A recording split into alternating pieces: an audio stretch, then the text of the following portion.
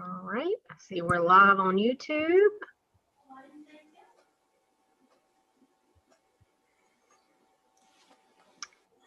And I think we are ready to roll.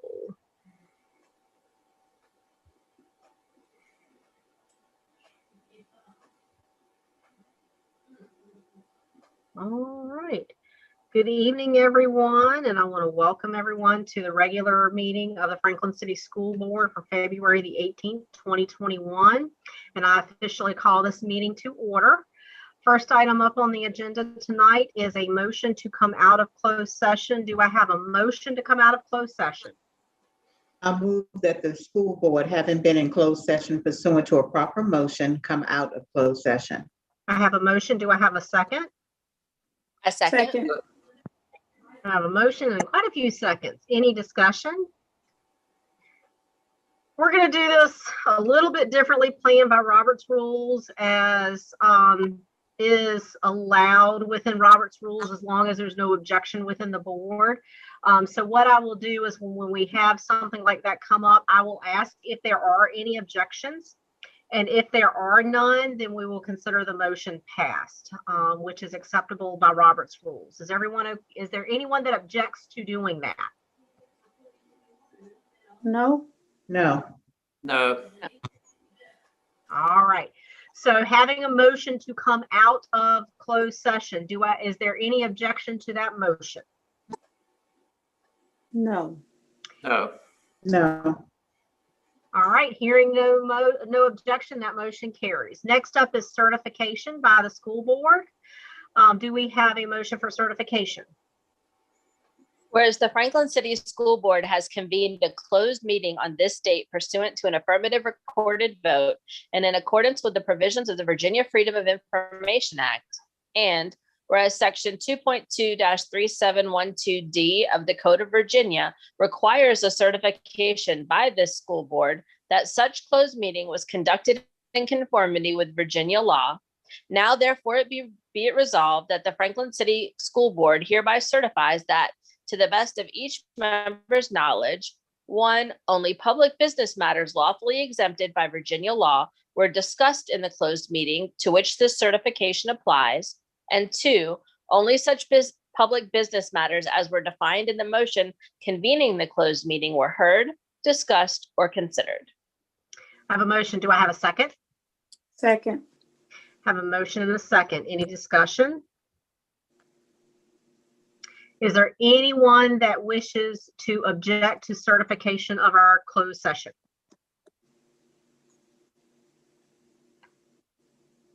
Hearing none, then our closed session is certified.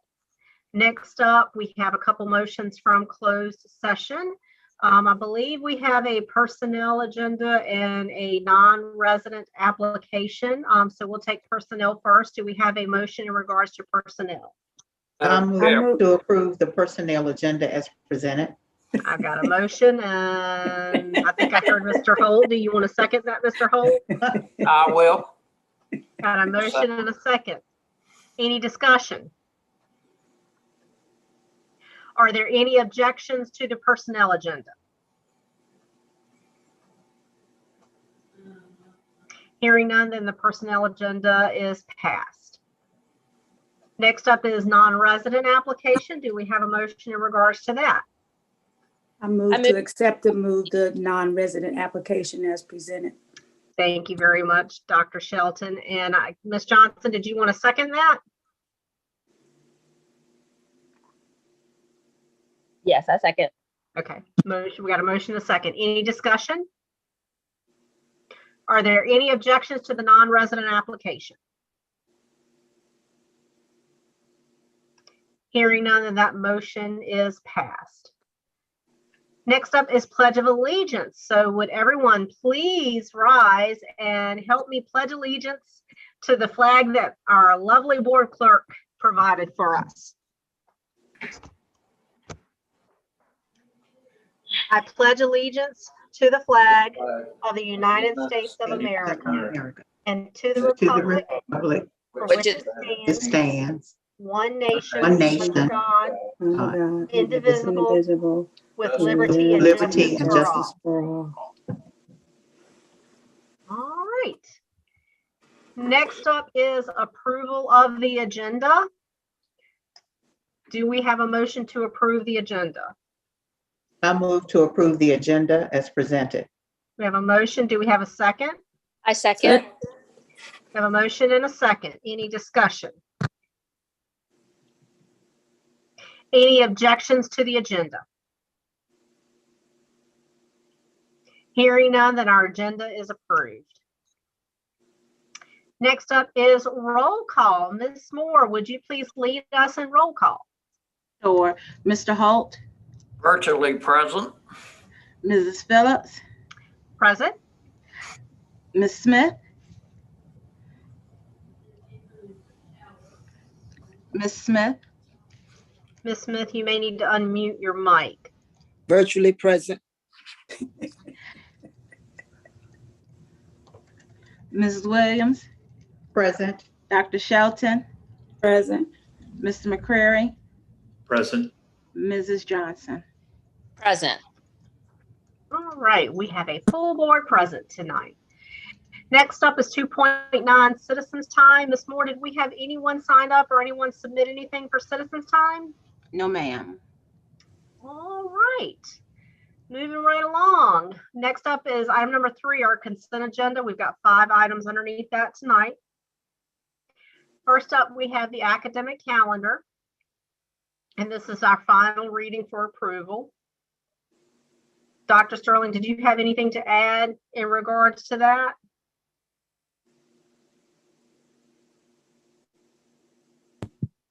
No, ma'am, it hasn't changed. And again, this calendar was voted on by the teachers and community. And this is the calendar, this is the option that was presented for approval. Wonderful. I have a question. Sure. October 15th is a Friday, and that's stated as a school board meeting. Ah, Thank you. We'll make that correction. Thank you. anything else?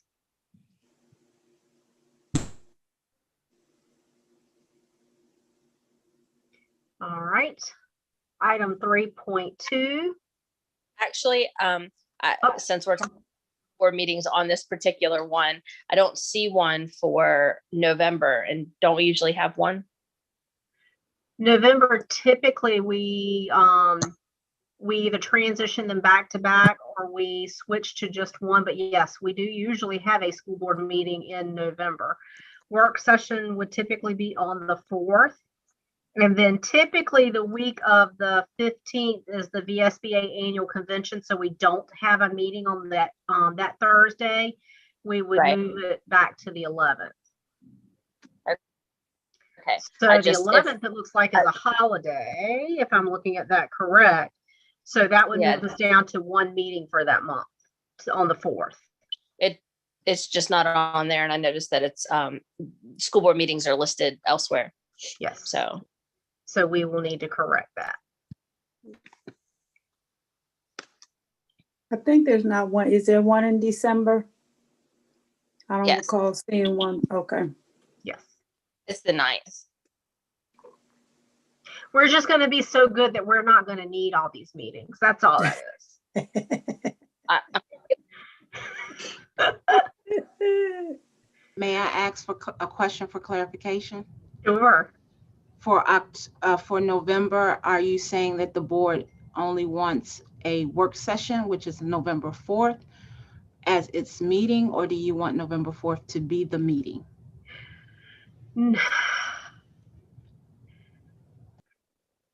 I thought usually if we only have one, it becomes the not the work session. Right, But, it I mean, becomes a regular meeting. So that would be the case. The 4th would be a regular meeting. And I noticed that up here, it's only the board meetings that are notated, not the work sessions. So November 4th, the revisions will be, November 4th will be a meeting. And the October meeting will not be on the 15th. I believe it's supposed to be on the 21st because the 21st is highlighted on that.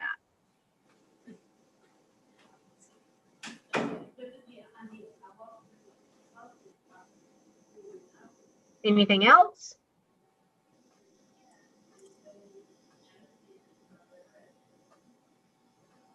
All right. All right, let's take a look at 3.2. There we go, which is a budget adjustment. There's a few things in there that are reallocations.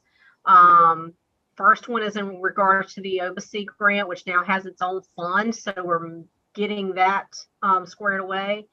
The cafeteria fund, there's an adjustment for that because there was a difference to what was originally budgeted.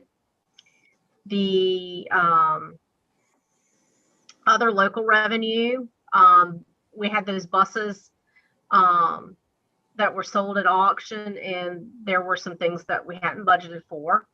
Universal services, that's the E-rate fund. And then student fees, of course, that has been a little bit different than what was anticipated. Any questions in regards to those? Ms. Moore, could you hop back to the academic calendar? Thank you. August, scroll up to August. August, we do not have board meeting listed either, which would be typically on the 19th.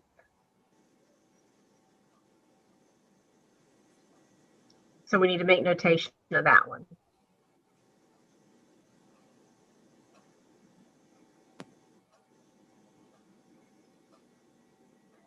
I think we're good now. I think we have all of our meetings. All right.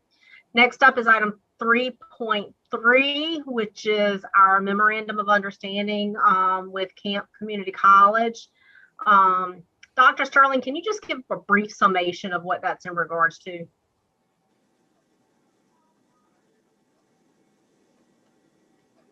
I think you're muted. And I was on a roll. I know you were. This is in regards to our dual enrollment instructors now instructing our teachers that are our TAs actually in long-term subs that are going through the Grow Your Own program. So they're already certified as adjunct professors with Camp Community College. However, they will now teach adult learners that are going through that program. And this is our partnership with with Camp Community College.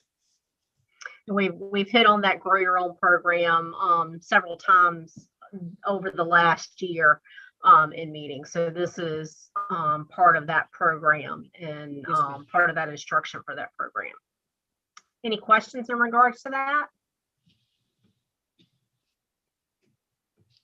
All right, next up is 3.4.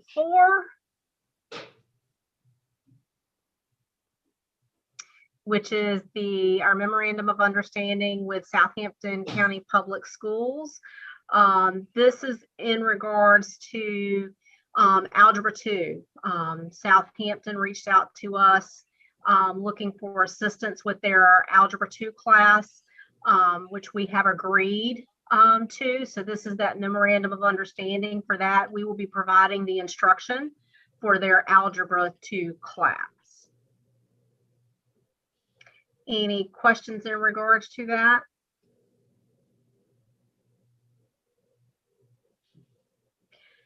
And I will just add that will be a virtual for those students that are participating, correct, Dr. Sterling? Yes, at this time, yes. And then any questions on that?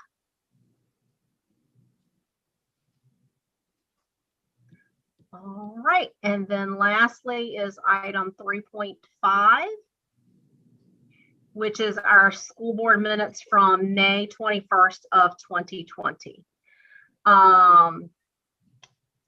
Is there any questions in regards to that? I would like to have that one separated and voted on separately, as I'll have to abstain. Okay, so we will be pulling 3.5 to vote on separate. Any other questions? So what we're going to have at this point is we will have a motion for the to approve the consent agenda with the discussed changes to the academic calendar and the removal of 3.5. And then we'll have a separate motion on 3.5. And the reason Ms. Johnson is asking for 3.5 to be pulled is she was not in attendance at that meeting, so she will probably abstain from that. Does that make sense?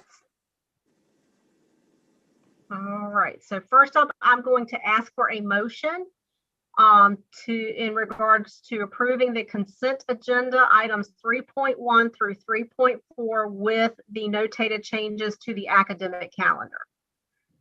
Do we have a motion? Did I hear you, Mr. Holt?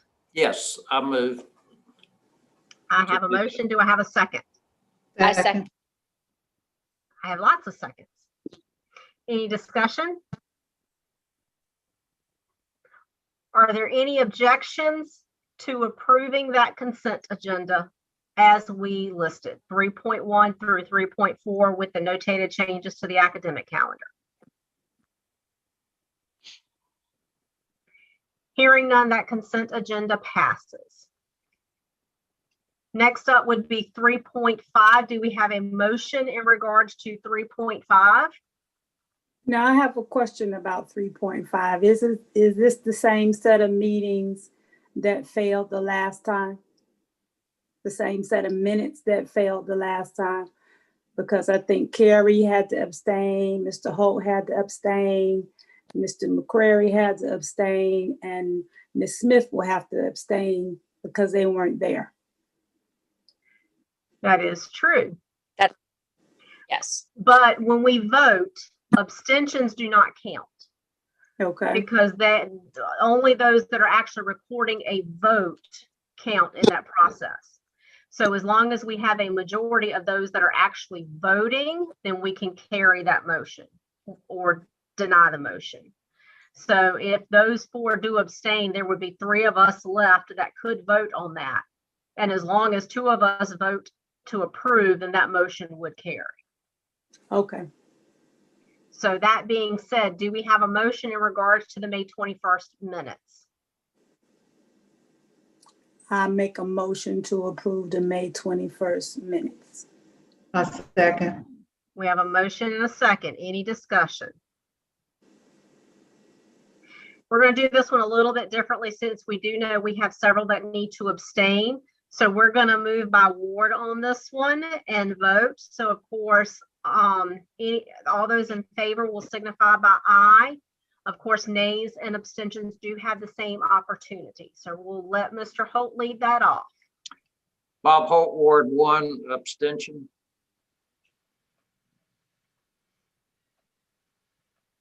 Ms. Smith, Ms. Smith, Ward 2, abstention. Ward 3, abstention. okay. Marshall Williams, Ward 4, aye. Andrea Shelton, Ward 5, aye. Jerry McCrary, Ward 6, abstain. Carrie Johnson at large, I abstain. And Amy Phillips, Ward 2, aye. So with only 3 votes, and those are all 3 in favor, that does pass. So those minutes are approved. All right. Well, we are through that part. So we are now down to finance and operations. Dr. Sterling, if I could turn it over to you and your team. Yes, thank you again. Good evening, everyone. Now we'll have Mr. Jeff Ryder, the Assistant Principal for Operations, to conduct his report. Mr. Ryder? Thank you, Dr. Sterling. Good evening, Board. This financial report is for the month of January 2021, and it is the 7 months to date of where we're at right now. The next two slides are just the boilerplate that I thought I'd leave in for the rest of the year, just in case anybody, needs to be reminded that we need to finish up the general fund 10 with a $700,000 deficit. And those are the amount of the rollover funds that we've been allocated. And, the two great big worlds of funds, the general fund 10 is really where we're concentrating most of our efforts. That's where we need to have our deficit, and anything less than the deficit will be assumed by the city. So getting right into it, the very first fund is Fund 10. The budget figures, don't change unless we have actual modifications to the budget. So under the yellow heading on the left was last year's results, the budget and actual results. This year, January 31st, you got seven months. That 1% down the middle of the page there, percentage of the year gone is 7/12 of the year. So it kind of really gives you a pretty fast read on, 58% of the year is gone. We've received 51% of our state funding. It seems like we're probably lagging behind, but not really, because most of your CSEP money doesn't even start until January. So, and the city appropriation, remember that has to end up at $703,000 less than the budget figure. So that's 51%, and we're 58% through the year. There's nothing that's right on track. All of the expenses, when I put them in, as I build this income statement every month, I compare it to the prior month, and everything is right on track. This thing will make a lot more sense. I mean, these are the financial statements that you look at, but when I do the budget presentation at the March 4th work session, these numbers will become much more meaningful as they point to the future and they project where we're going to be. The budget adjustments that you folks approved at the last board meeting, they were entered into February. So you see all those red, variances there at the right. When you see the financial statements for February, they'll all be much smaller, but then the big one down there in operations and maintenance is where all the dollars are going to be moved to. The projection for June 30th, our best projection right now at a negative 665. Yes, that needs to be at negative 700. So Dr. Sterling and I will meet again in February and March to figure out what we're going to spend about $40-some thousand. Okay, Tammy. And this was just, this is actually going to make a lot more sense when I go through the budget presentation for next year. But if you guys recall, at the December 10th joint session with the city, we had requested a whole bunch of positions. And then so we saw this year that we were going to be a little, short on our payroll. So we actually intentionally hired positions this year. And the ones to the left of the green bar are the ones that are hireable this year and sustainable for next year. And the ones to the right of the green bar were the ones we had to remove from consideration because they would not have been sustainable. But I'll get to that at the March 4th meeting. It's going to make a lot more sense. That stuff to the right of the side is going to be, I'm going to actually present the budget to you all in two scenarios. One is if the city gives us the funding to pay for them, and one if they don't. And that will also go into the next, actually to the city manager in March. So the next financial statement should be the textbook fund.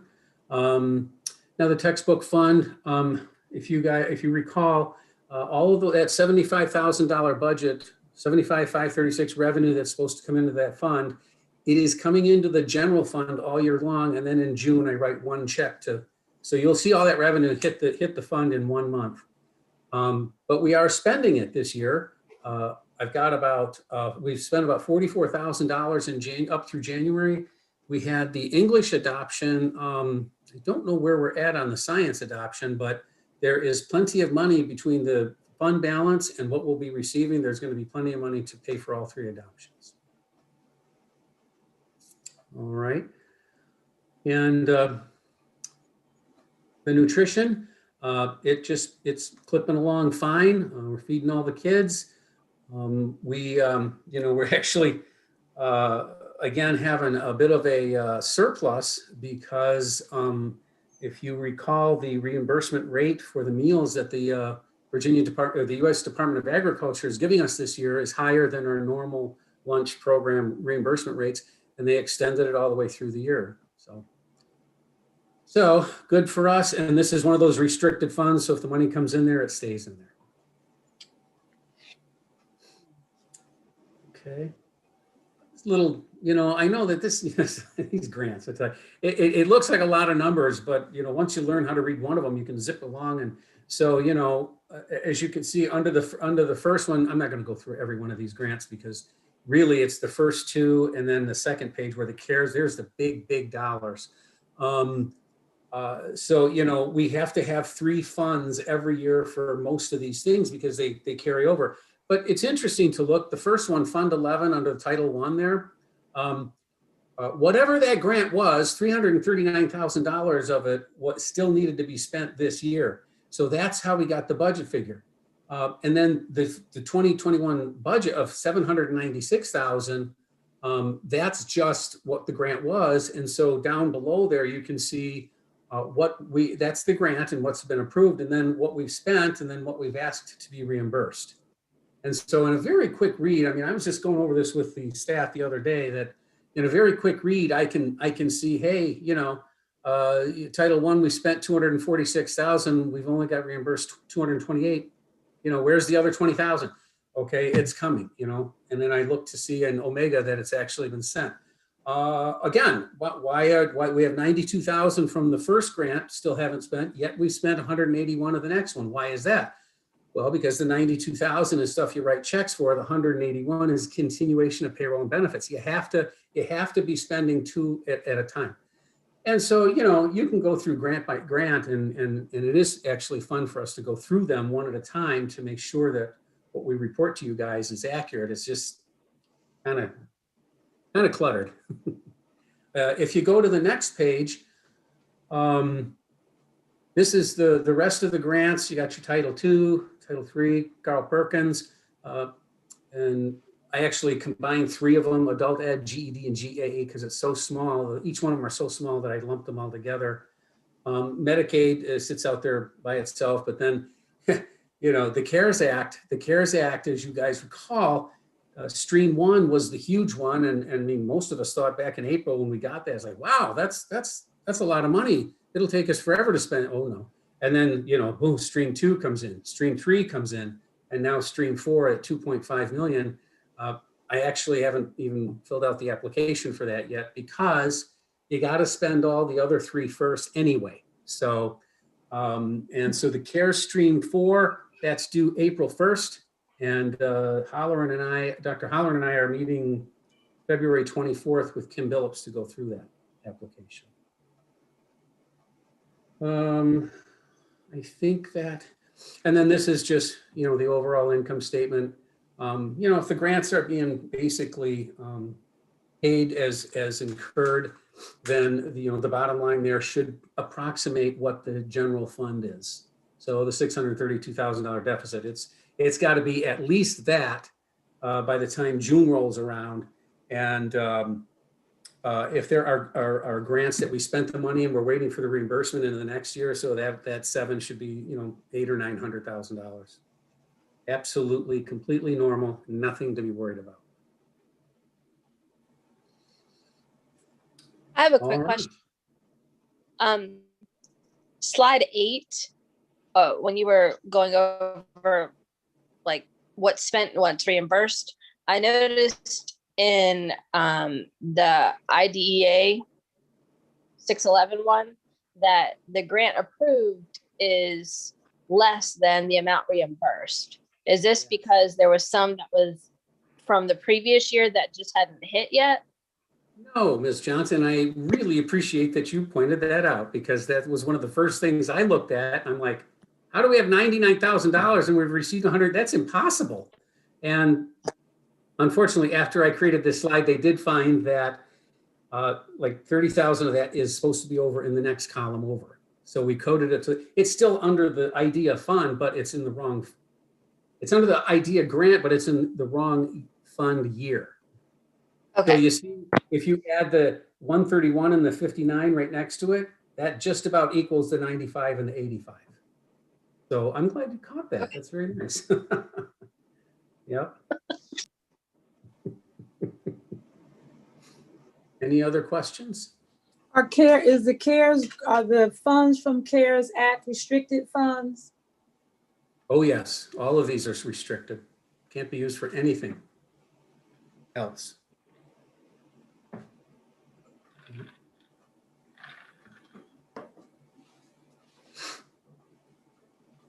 Any other questions for Mr. Ryder on what we've gone through so far?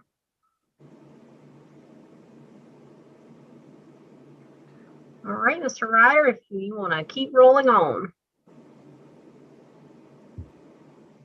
So the next presentation is very much, kind of like the Charles Street Gym Preservation. This whole thing here is the request to form a committee.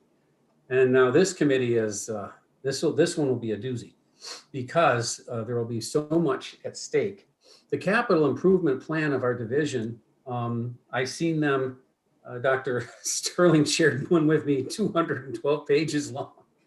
And it had like 2 pages of people that created that monster, and or it can be 3 or 4 pages of a list of stuff we want to get done. So they can be fairly elaborate. But what Franklin City, what we're hoping we're moving toward, is on the next slide, the third slide, is the vision of what we're hoping our next slide. We're hoping our school division will go to is, we're trying to focus this to building a new combined middle school and high school. It's a large undertaking, and with such a large undertaking, it's going to require a lot of people. But the next slide, Tammy, please. And so the vision would be the new school would be built, the SOLs are met or exceeded, the word starts to spread. From here, people want to send their kids here, people start to move in, more services are needed for the people moving in, it spells economic growth, more houses need to be built to house the new residents, etc. You have an upward spiral of growth. Now, one would think that somebody would think that I'm the community development manager for Franklin City, but that's kind of the slide they should be giving us actually. But this is what, why do you want to build a new school? Because it has a lot of, it touches a lot of things. It's an octopus with a lot of tentacles. So some of the schools, it's just a little dreamy part. If you can just take a break from all the bad news in the world and just, look out at this. This is a school that was built. Look at the roofs on this school. This is like a power plant. I mean, all those solar panels probably running the entire school, and they probably sell electricity back to the utility. I wish ABM would have sold us that 10 years ago. Anywho, okay, next slide is another version. When we start talking about this, it's like the school wants a pool. It's not the school, it's an aquatic center that happens to be very close to the school, who uses it for swim meets and diving meets. But it's a whole community. A whole community would own this thing. Whole town would own this thing. This is not just a school thing that we're looking at. The next one is even dreamier, quite frankly. A 1,600 capacity Franklin City Center for the Performance. The school doesn't have an auditorium. It's got this thing that they get to use, all the time. But it's going to be shared with a lot of different venues.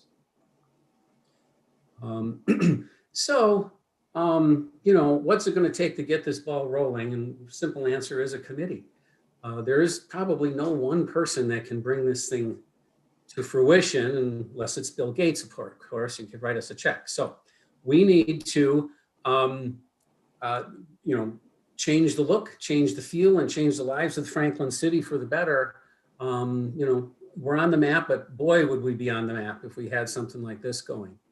So the committee is going to be a lot of folks with a lot of different disciplines.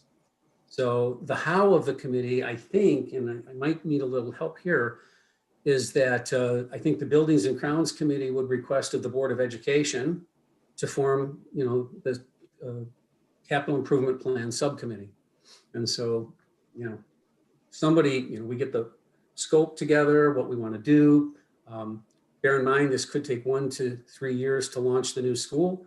However, we get 3 or 4 months into this with a committee and they find the funding, it could happen a lot faster. But when they do capital improvement, remember, that's the whole school. We're not just building a school. You got, you know, buses to take care of and cafeterias and stuff like that. So that's the, you know, it's a fairly large scope. So the capital improvement, the committee members, in order to get input, okay, from a recommendation from the board is requested. This slide is a little confusing. So if we can go to the next slide, we just threw some ideas around like what type of people we would want on a committee like this. Notice the first 3 are funding. Actually, the first 4, you know, lines are, you know, state funding. I don't know how many people it's going to take to lobby the correct people. Federal sources, local funding from the private and commercial donors. At least 2 people on that. You got site selection, architects. Who's going to choose the architect? It's a huge project. Who's going to approve the design? There's 8,500 people in Franklin. We're going to have 8,500 opinions on what kind of a building they want.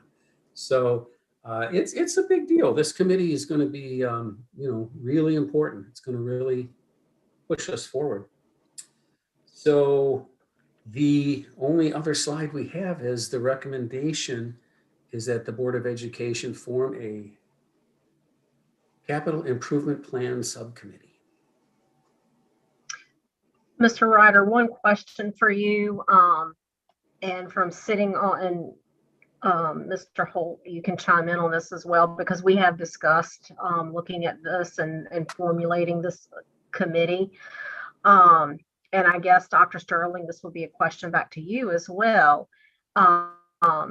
because from my perspective, if we form a special committee, which would sit underneath the Building and Grounds Committee, with a special committee, they have a defined goal, and once that defined goal is reached, then that committee will no longer exist. So are you looking for it to be a special committee, or are you looking for it to be a standing committee that will continue beyond just this initial look at building a school and getting that project up and rolling and those other items that were listed?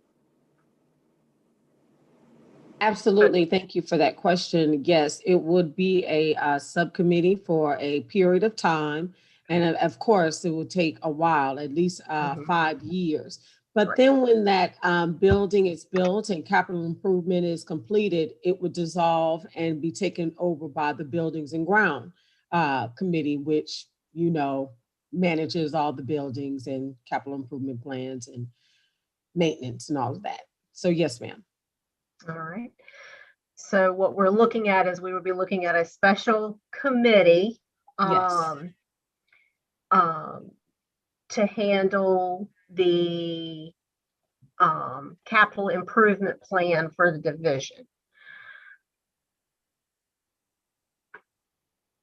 With a goal, with the end goal of a new school. Right, correct. Yes. So what we're looking for from the board then is a motion in regards to establishing a standing committee for the capital improvement plan. I didn't hear that she wanted it standing. Is the length of time what would make it standing? Because she said that it would dissolve. So that would just be a special committee. Right. A So we're looking for, right, we're looking for a special committee because it will dissolve once the building is built. The construction of the building is underway. Then that will pull back and that committee will dissolve. So it will be a special committee. Right, a special committee. And then everything at that point will fall back into Building and Grounds. And Madam Chair, may I add to this? Sure. Okay, excellent. Yes, again, the special committee, and one of the things that I wanted to make certain is that this was brought before the board because the last time we met with the city, Franklin City Council, and we're very fortunate they approved our rollover. The Mayor Rabel specifically spoke openly about having conversations, getting conversations started. and having a capital improvement plan and committee. So we wanted to make certain that before we went back to the city, that all of this was finalized. It was approved by the board, and we moved forward with making those connections with the city to start having those conversations. Now, of course, once we establish the committee, we'll also have to establish who sits on that committee. So we will, and we just went through this with the Charles Street Gym special committee.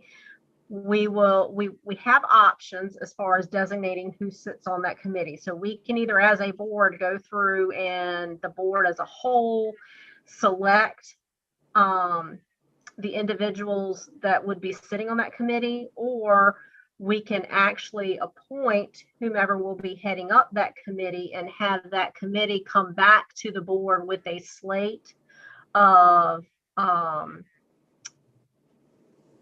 suggestions for the committee, and then the board would approve that. So first thing we would have to do is establish the committee and then determine how we're going to staff the committee.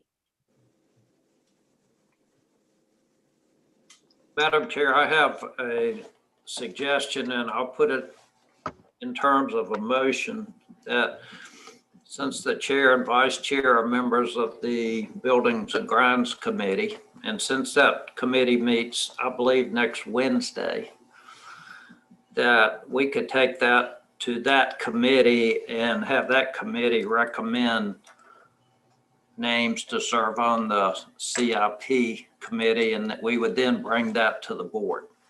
So I'd like to make that a motion. All right, so your motion, let me make sure I have you correct, is to have the Building and Grounds Committee establish the list of committee members for the Capital Improvement Plan Special Committee. Right. I would say recommend the committee members to the board. Yes. Okay. So for the Building and Grounds Committee to recommend the members of the Capital Improvement Plan Special Committee. Yes. Okay. All right. So we have that motion, but we got to have a committee first to be able to put people on the committee. So do we have, I guess first I will ask, do we have a motion, and we'll come back to this one, Mr. Holt. Do we have a motion to establish a Capital Improvement Plan Special Committee? I make a motion to establish the Capital Improvement Plan Subcommittee or Special Committee. We have a I'll motion second. and we have a second. Any discussion? Yes, this is Jerry, Ward 6. I wasn't in attendance at the joint session with City Council a few months back. Was this discussed at that time? It was brought, the discussion was brought up about looking at building a new school. And at that meeting, the thought was put out to establish a committee and have various people sit on that committee, to include representatives from the school division as well as to include representatives from City Council. It was a very short conversation, but yes, it was broached at that meeting. And then it was broached again at City Council meeting in January when our rollover was approved. The comment about a new school and the cost associated with that was brought up, but that's about the extent of that conversation between the two entities. Okay, so the general consensus is that it's a topic that they are willing to hear. Yes, they're willing to have that discussion and start that discussion. The second question, how many students are we looking to, for the new school to accommodate. Dr. Sterling, do you have anything to add on that? Well, at this time, it's exploratory. Like Jeff said, we're looking to, the goal and the vision is to attract people to Franklin. So you know that when you build a new school, you build more than the population that you actually have. But that is definitely a discussion for the School Improvement Committee, that special committee that'll be formed. That'll be dialogue that they have. And what we would do as a school staff is that we would bring data when called upon to that committee. And then they would make a recommendation, and then we would make ours, and we would bring it before the school board. Thank you. And I will add, that is one of the reasons why it is important to have the city representatives of council and representatives from the city as part of this committee and as part of this discussion, because the strategic plan and the forecast for the city plays a lot into that. Because if the city is forecasting the population to grow over the next 10 years, we have to have the foresight to accommodate that in any plan that we're making as far as capital improvements. So that is one of the reasons why the mention of having the city involved in that conversation, not just because they fund us, but because we work with the city to meet the city's needs. That's what we're doing. We're educating the children. We're educating the workforce of the city for the future. So it's important to have them have a voice in that conversation. So Right.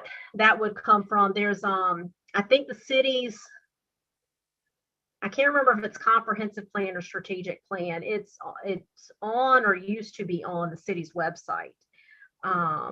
And looking at those forecasts give an idea of which direction the city is going in. And that document's a little bit outdated. I think it's reached the end of its lifespan. So I do know from having conversations, they're in the process of looking at that data and coming up with a new plan.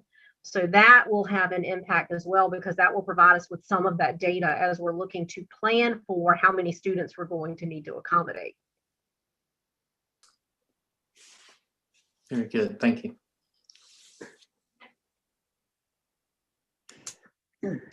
All right, so we have a motion and we have a second in regards to forming a capital improvement plan special committee.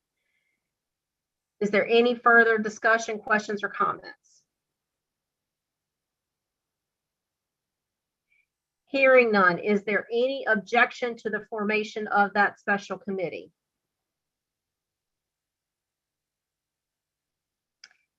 Hearing none, then we have now established the capital improvement plan special committee. Next up, we'll circle back to the motion made by Mr. Holt to have the Building and Grounds Committee present back to the board a recommended list of panelists to sit on that committee. Do we have a second to Mr. Holt's motion? Second. Was that Dr. Shelton? Yes. We have a motion and we have a second. Any discussion in regards to that motion?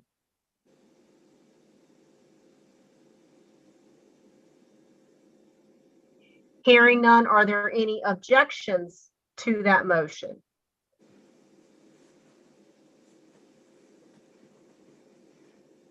Hearing none, then that motion will carry. And so, Mr. Holt, you and I have a job to do. Right. Thank you. Congratulations. Thank you, I think. All right. All right, Mr. Ryder, if you would like to continue. Last of my presentations tonight. And this presentation, I'm not going to read, every word for word of these slides because it's rather extensive. But this is one of those This is one of those strange things that's another one of those strange things that's unique to Virginia.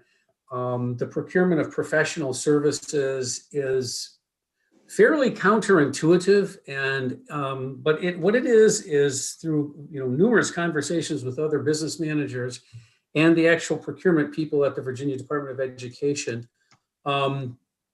The lobbies for the accountants, the attorneys, especially the architects in the state of Virginia, through years of lobbying, what they did was they have actually written into the law the rules of how we government agencies are to procure professional services.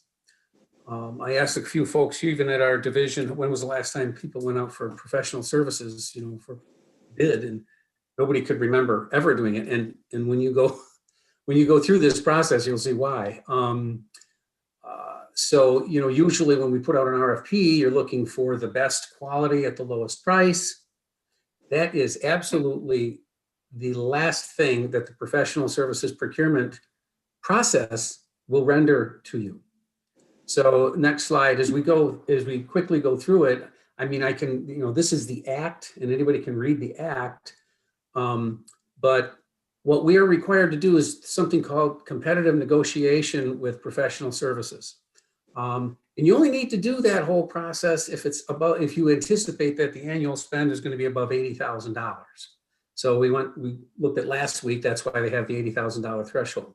So below $80,000, you're kind of in limbo when it comes to professional services. They really don't give you a lot of guidance because nobody anticipates, when you have a Chesapeake that needs legal services or Norfolk, nobody anticipates it's going to be less than, it's going to be hundreds of thousands of dollars.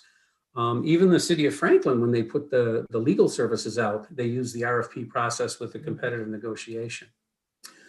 But going to the next slide, and this is all going to make sense when we wrap this thing up and I ask you to approve a purchase order.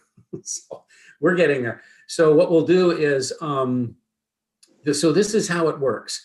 You send out your RFP, you ask, these are the services I need. I need accounting services. And then what happens is it's actually illegal for you to even ask the people responding what their prices are. What are you going to charge me? Let that sink in for a second. Wait, hold on. I've spent a week and a half studying this and grilling people, and then finally people say, it is what it is, Jeff. That's the way it's done.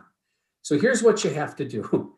Go ahead into the next slide. What happens is they send you their qualifications and you rank these potential vendors on, what you think, how you think they're going to do as a job for you. Like, for example, lawyers. If a law firm, if something was really important to us, like human resources and school board policy stuff, legal stuff, we rank those pretty high. Bodily injury claims, we're not really concerned with that. We're not concerned with collections. These are the things we want. And say five law firms all are pretty darn good. What you do is you rank first, second, third, fourth, and fifth based on what you think they're going to be able to deliver to the division. That's the first step. You rank them all. The second step, and it's an entirely separate step now, you have to bring the number one person in, and then you say, how much are you going to charge me? And if the lawyer says, well, our billing's like $500 an hour, you have to decide whether they're going to be your law firm before you look at the other four law firms. Before you have any idea what they're going to charge you, you have to make a decision. And once you make that decision, and if it's no, because you think this guy's going to be $450, you have to officially terminate the negotiations with law firm one, move on to number two, and you can't go back there. If the next guy says $900 an hour, you can't go back to the first guy and say, okay, we'll take you. No, you've just compared their rates. That's the whole point of law written, this weird structure, is that they don't want you comparing, they don't want you making decisions for professional services based on price. And so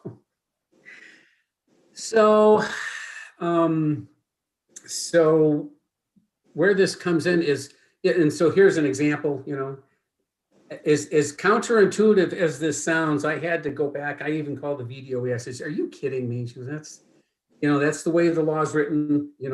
The 2 slides ago is the exact law, step by step, what you're supposed to do. So if we go to the next step, so what happened was, thankfully for us, the professional services for our auditors is not going to rise to this level of intensity. For attorneys, it's not going to rise to that. And for what we want the architects to do for the bathrooms over at SP Morton, it does not rise to the $80,000 threshold.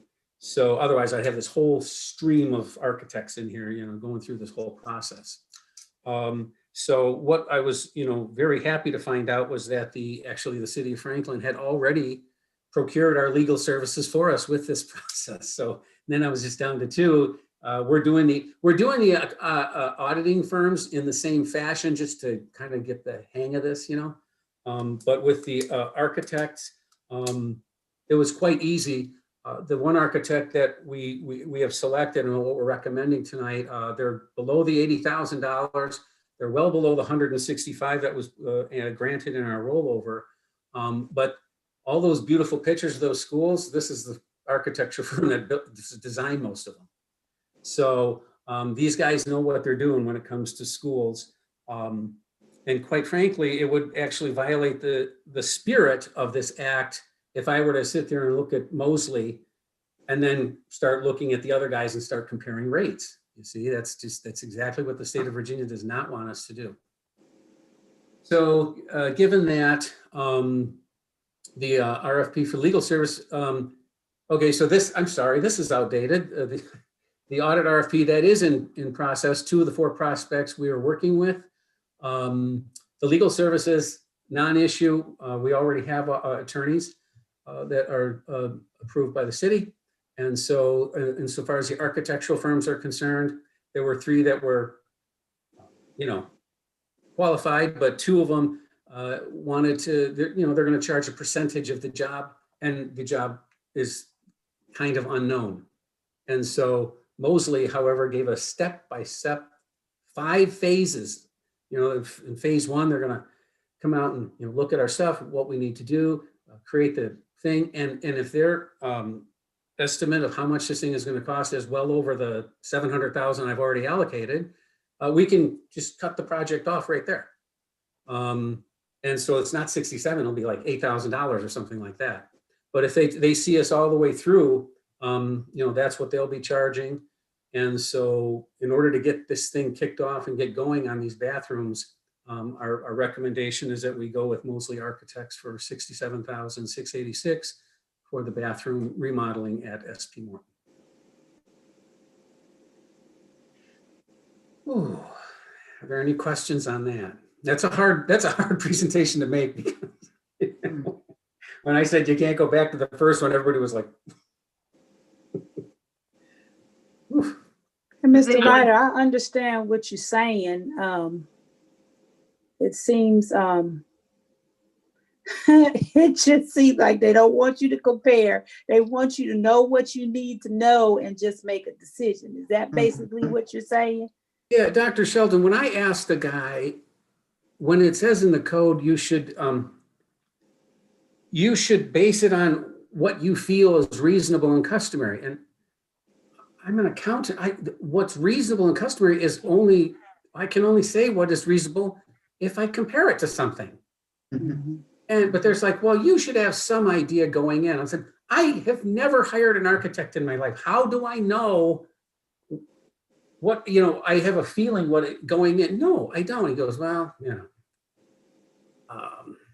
and they didn't have, I said, so I got to make a decision in the blind. I got to choose vendor number 1. And if I choose not to use them, oh my gosh, what happens if vendor 2, 3, and 4 are higher and higher? How do you do that? So thankfully, the sad thing about a business is it's a cost benefit analysis. This is what it costs and this is the benefit I get.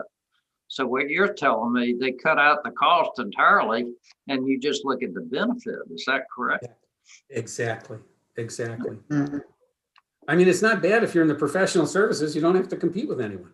you know, Right. when you're doing municipal stuff. Just as a side note, the president of Mosley Architects is a retired superintendent, and he was just appointed to the State Board of Education by the governor a week ago. So he's pretty well up on what's going on in the state. You see the lobbying? Yeah. Now he's on their payroll. Jeez. Oh, goodness. So are there any other questions for Mr. Ryder in regards to his presentation or in regards to his request for approval for purchase order 21-503? I move for approval of the purchase order he presented. Second. I second. Okay, I heard several Thank seconds. you. Miss Moore, I think you've got that purchase order up there. Can you bring that up? There we go. Put it down. All right. So there would be our purchase order. And as Mr. Ryder said, that's tiered in. So there's several parts to that. So if we get through part one, move on to part two, and we decide, oh, we got to cut it off there. That's as far as we will pay through that. Correct, Mr. Ryder? Right, right. So then we wouldn't pay for the other parts 3, 4, and so forth. Yeah, if we cut it off at that point. Yeah, starting with part 2, that's the actual execution. They're doing it. You know, part 1 is getting everything together, presenting to me. I'll bring it to the board, and then they go. All right, so we have a motion and we have a second. Is there any further discussion? Are there any objections to the approval of purchase order 21-503?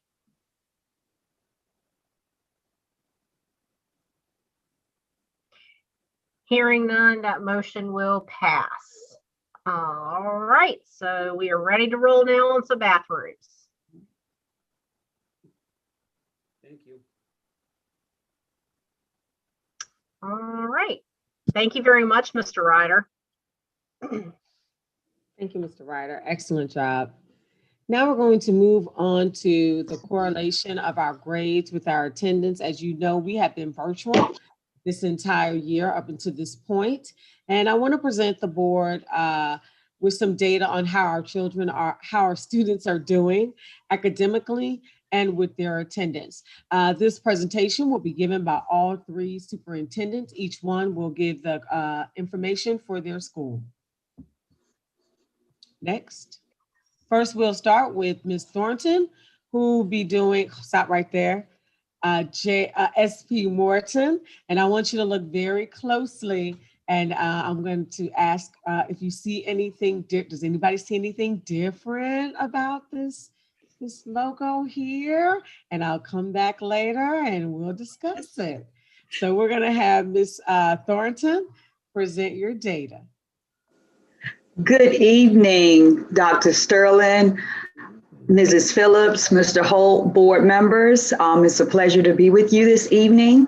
I'm going to be presenting, as Dr. Sterling shared, information on SP Morton's current attendance and also our grade correlation. Ms. Moore, if you'll go to the next one. So we currently have 511 students enrolled, and here you see our breakdown of our attendance rate. Right now, we have 17.7% students, perfect attendance, joining daily Zoom classes. We move on to students that have 1 to 3 absences. We are at 23.7%. Next, we have students that have 4 to 5 absences. That's at 11.9%. And if you move over to the left, students that have 6 to 9 absences, we're at 13.4%. And then students that have 10 or more absences, we're at 33.3%. We'll scroll down. When we look at our grade distribution for the first semester, that's our first 9 weeks and also our second 9 weeks, We're going to start out with our A's. We are coming in, our students, with 26.2% of A's, 26.1 percentages of B, a percentage of the letter grade B, 25.1% with the letter grade of a C, and 15.2% with the letter grade of D. And then we are at 7.2% for the letter grade of F. If you look at our Ds, because that is below average, and also our Fs, that gives you a total of 22.7%. And again, the majority of our underperforming students that have those Ds and Fs represent that 22.7%. And those are students who are not attending school regularly. Again, virtual, in the virtual realm. Our data shows that our absenteeism rate and failing grades show a very strong correlation. So because we know we have that as a concern, as a team, we're working to see what we can do to increase those areas. Ms. Moore? So we've come up with a plan of action to improve our attendance. And on the left, you see the actions, and then on the right, you see the person or persons responsible. One thing we want to get back to is beginning those automatic calls when a student is absent that automatically alerts the parent that that child has not joined on. We want to continue to monitor our weekly parent contact logs. Those are kept by the teachers, and those will be monitored by myself and Mr. Johnson Williams, who is our assistant principal. We want to continue to make parent phone calls to verify those unexcused absences. This is a collaborative effort, which will include our school counselors, Mrs. Mason Harris, Dr. Phillips, myself, Mr. Johnson Williams, and also our office staff of Mrs. Davis and Mrs. Freeman. We will continue to generate our 3, 5, and 10-day letters weekly. Those are done. We have a system in place, and those are done by our office staff again, Mrs. Davis and Mrs. Freeman. We began generating those on each Monday to send out to families no later than Wednesday. So it's a system that we already have in place that we will continue to do to improve our attendance. Continue to make our parent conferences and home visits. Mr. Lowe is at our school on Monday to do conferences once those letters go out with those 5-day letters. He is available on Mondays to meet with parents. In addition to that, we have the team of Mr. Lowe that currently serves as our truancy officer, Mr. Ricks. Mr. Ricks is our dean of students, and also Mr. Johnson Williams that go out and we make home visits to find out what's going on. If a lot of times parents are not able to come in for those parent conferences, we're doing all that we can to help those numbers with our attendance. We want to definitely drop down on that absenteeism rate that we currently have. We want to continue to have our weekly attendance meetings. Those are done, and we just want to continue to do that. You're doing that with fidelity. And then training on logging, entries, and reports in Power School. And that training will be done by Ms. Stratton, our data manager. Our administrative team is very confident and very comfortable logging those log entries. However, we want to ensure that our teachers are able to do that as well. Ms. Moore? And our plan to improve grades, because of course we want academic success for all of our students. One of our action steps is we want to increase our enrollment in our 21st century after school enrichment program. That is in collaboration with the Boys and Girls Club, and the persons responsible for that, we have Mrs. South, which currently serves as our curriculum specialist, Mr. Taylor. He is the director of the Boys and Girls Club at our Franklin site, SP Morton, and our school counselors. The 21st Century program is available for our students in 3rd, 4th, and 5th grade. It is currently being offered virtually and in person. We want to ensure that we continue to monitor the grade distribution after each grading period to look for trends and patterns and to provide support. This will be done, myself, Mr. Johnson Williams, along with the support of our school counselors. We will continue to hold PLCs, and those are professional learning communities, to discuss data, to see what we need to do, what do we need to go back and reteach, intervene to help our students be successful. And lastly, continue to implement the SPM truancy plan to increase attendance. And many of the things listed in the truancy plan are things that I've already spoken to in reference to sending home the 3, 5, and 10-day letters, having our home visits, and making calls to reach our parents. And that is completed by our attendance team, which includes myself, Mr. Johnson Williams, our school counselors, and our office staff. Board members, are there any questions? I have one, Ms. Thornton. First of all, excellent work, excellent. When you have to contact a parent for attendance or grade issue, do you feel like for the most part you get cooperation? Great question, Mr. Holt. For the most part, parents will be very transparent and very honest as to why the child is not logging on. Our parents, I will say, they're very transparent and they're willing to accept any help that we're willing to provide as a school. So yes, sir. Good, that was my sense, but I'm glad to hear that. Thank you. Absolutely. Are there any additional questions? Mrs. Thornton, with those, your attendance data, is there one particular grade level where attendance is better than others, or is that across the board?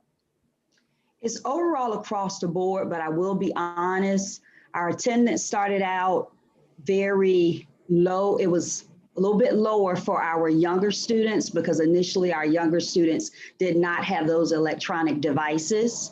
However, now we are 1-to-1, 100% for everyone. So it started out, it's honestly a little bit lower for those students. Yes, ma'am. Okay, thank you. Thank you, Dr. Shelton.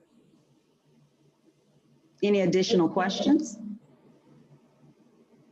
Well, I thank each of you for your time. Thank you. All right, excellent. Thank you. Next, we'll have JP King. If you can go to the next slide, and we'll just stay right there for a moment. There's going to be a quiz at the end. If you could just stay right there for the moment. We will have Mr. Darren Parker present the data for JP King. Principal Parker. Yes, good evening, Madam Chair Phillips, Vice Chair Mr. Holt, school board members, Dr. Sterling, FCPS family, Franklin community. Good evening to you. Tonight I will be presenting data for JPK, Josephine King Junior Middle School, with the attendance and the grade correlation. Next slide, please. First quarter grades, we did a pie chart. We did the blue. Blue is always advanced. Green is tier 1, yellows, tier 2. We added a orange in for tier 3, and then obviously the red for tier 4 for us at JPK. So starting off, we have quarter 1 grades, students grades with A's. With A's, the number of A's in the building were 22.8. The number of B's in the building, quarter 1, was 27.2. The number of C's in the building were 23.2. The number of D's were 15.1. And F's were 11.7. Now, when we look at this grade distribution, these are grades because you have to remember one student counts as 4 different grades. So one student, he has all A's on his report card, that student counts as 4 A's. So the total number of grades opportunities for the whole building, because we have 239 students.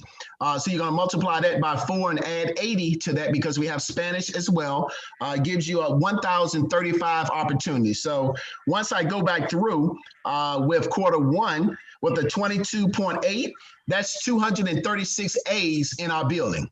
27.2 is 282 A's in our building. B's in our building. And 23.2 is 240 C's in our building. And 15.1 equals 156 D's in our building. And 11.7 for quarter 1 equals to 121 F's in our building. Again, one child because when we did our formula, we counted it 4 times plus 1 with our 8th graders because we have Spanish as well. And we have 80 8th graders in our building as we speak. I'll wait to go over the next steps once I finish the next slide, because that slide is going to talk about second quarter grades. So with our second quarter grades, we have A's, we have 17.7, which equals 183 A's, B's 17.7, which is again 183 B's, C's are 20.6, which is 213 C's. D's are 20.6, which equals to 213 D's, and F's are 23.3, which equals to 241 F's in the building. Now, our next steps, what are we going to do? We're going to make sure that, as Ms. Thornton expressed to you, after school acceleration with our 21st century program. Ms. Ruach, she runs our 21st century program along with our teachers, and that's going very well. We're averaging between 60 and 65 students per evening. So that is a great job with JPK. That will increase the closer we get to our spring SOL dates as well. That is run Monday through Thursday from 3 to 5 p.m. Weekly PLCs. We have weekly PLC meetings with our teachers. We have them as groups, and then we break them down into subjects. We have English, math, history, and the science that we meet with our teachers weekly. Data disaggregation. We break down data. We're spiraling back and making sure we're bringing our kids back up for some of the things that they have, strands that they have missed. When we put our groups, acceleration groups together, we look at the strands because we want quality, not quantity. So what I mean by that, we'll look and say, okay, 6th graders, say in reading, 6.4. 6.4 is one of our focal points. So we will set and look at the data on the benchmarks and see which kids scored low on that, and that acceleration group will be focused on 6.4. Now, other groups will focus on other strands as well, but we want to make sure that we have the kids in the sessions and they're getting exactly what they need, not just in the sessions, getting a acceleration or tutorial session. So we want to be specific in what we're doing. And then as the spring comes, we have our Saturday SOL Academy, where we will come up to school if we're in person, or we will have it virtually from 9 to 11 to get ready for our reading and our math SOLs in the spring. Any question about grades? Yes, Mr. Parker, this is Jerry McCreary, Ward 6. Mr. McCreary.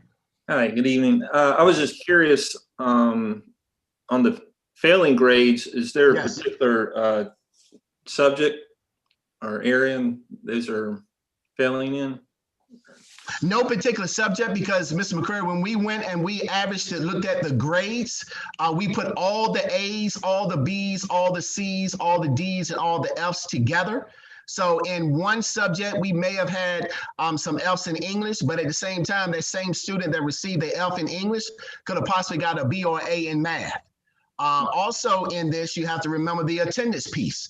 If a kid may attend class for English, but may not be attending class for history virtually. So if he's not attending class and we're steady communicating with our parents and talking to, trying to get in touch with our students, that student may get an F in history. So it's pretty much across the board. But we can go back and dig a little bit deeper to find out the exact courses where the failures are the highest, but it's across the board. Right. Hopefully that answered your question. Yeah, thank you. Thank you. Mr. Parker, between first and second quarter? Yes, ma'am. There's a decrease in your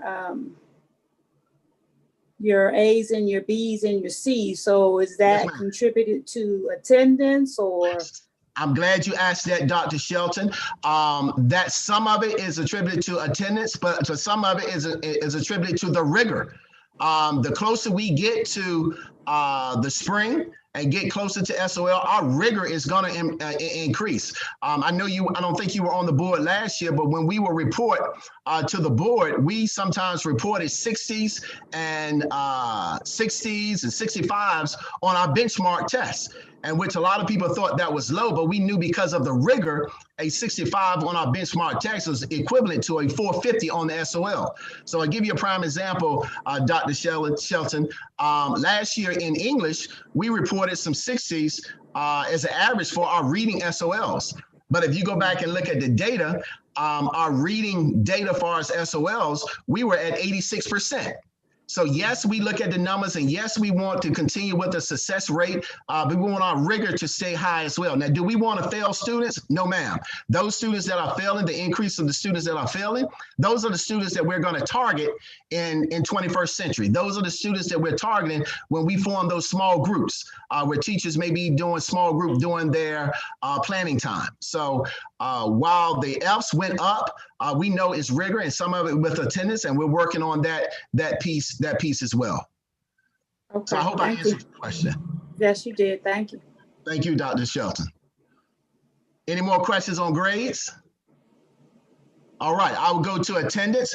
We use the same chart, blue for advanced, again, green for tier 1, tier 2, tier 3, and then we have like a tier 4. So perfect attendance, we're sitting at 42.3%, which is, we have 239 students actually in our building this year. And that fluctuates because 2 weeks ago, we were sitting at 244, then we went up to 246. So it fluctuates. And I think, if I'm not mistaken, Miss Singleton, our guidance counselor, she enrolled about 2 students today. So that's fluctuating as we go. But 42.3 of our students are perfect attendance. That's 101 of our students are perfect attendance.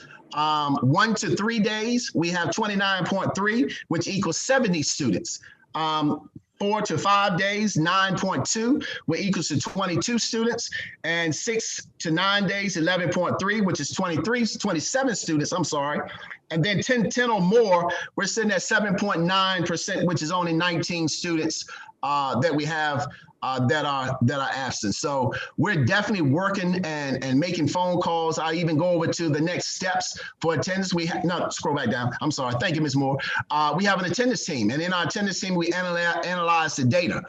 We look at it. We have a comparison chart where we compare the students that are attend consistently, their grades on benchmarks, and then we have a list where with everybody on it. And what we found is the list with everyone on it, those that are missing time in school, their grades are lower. But we're not going to use that as an excuse.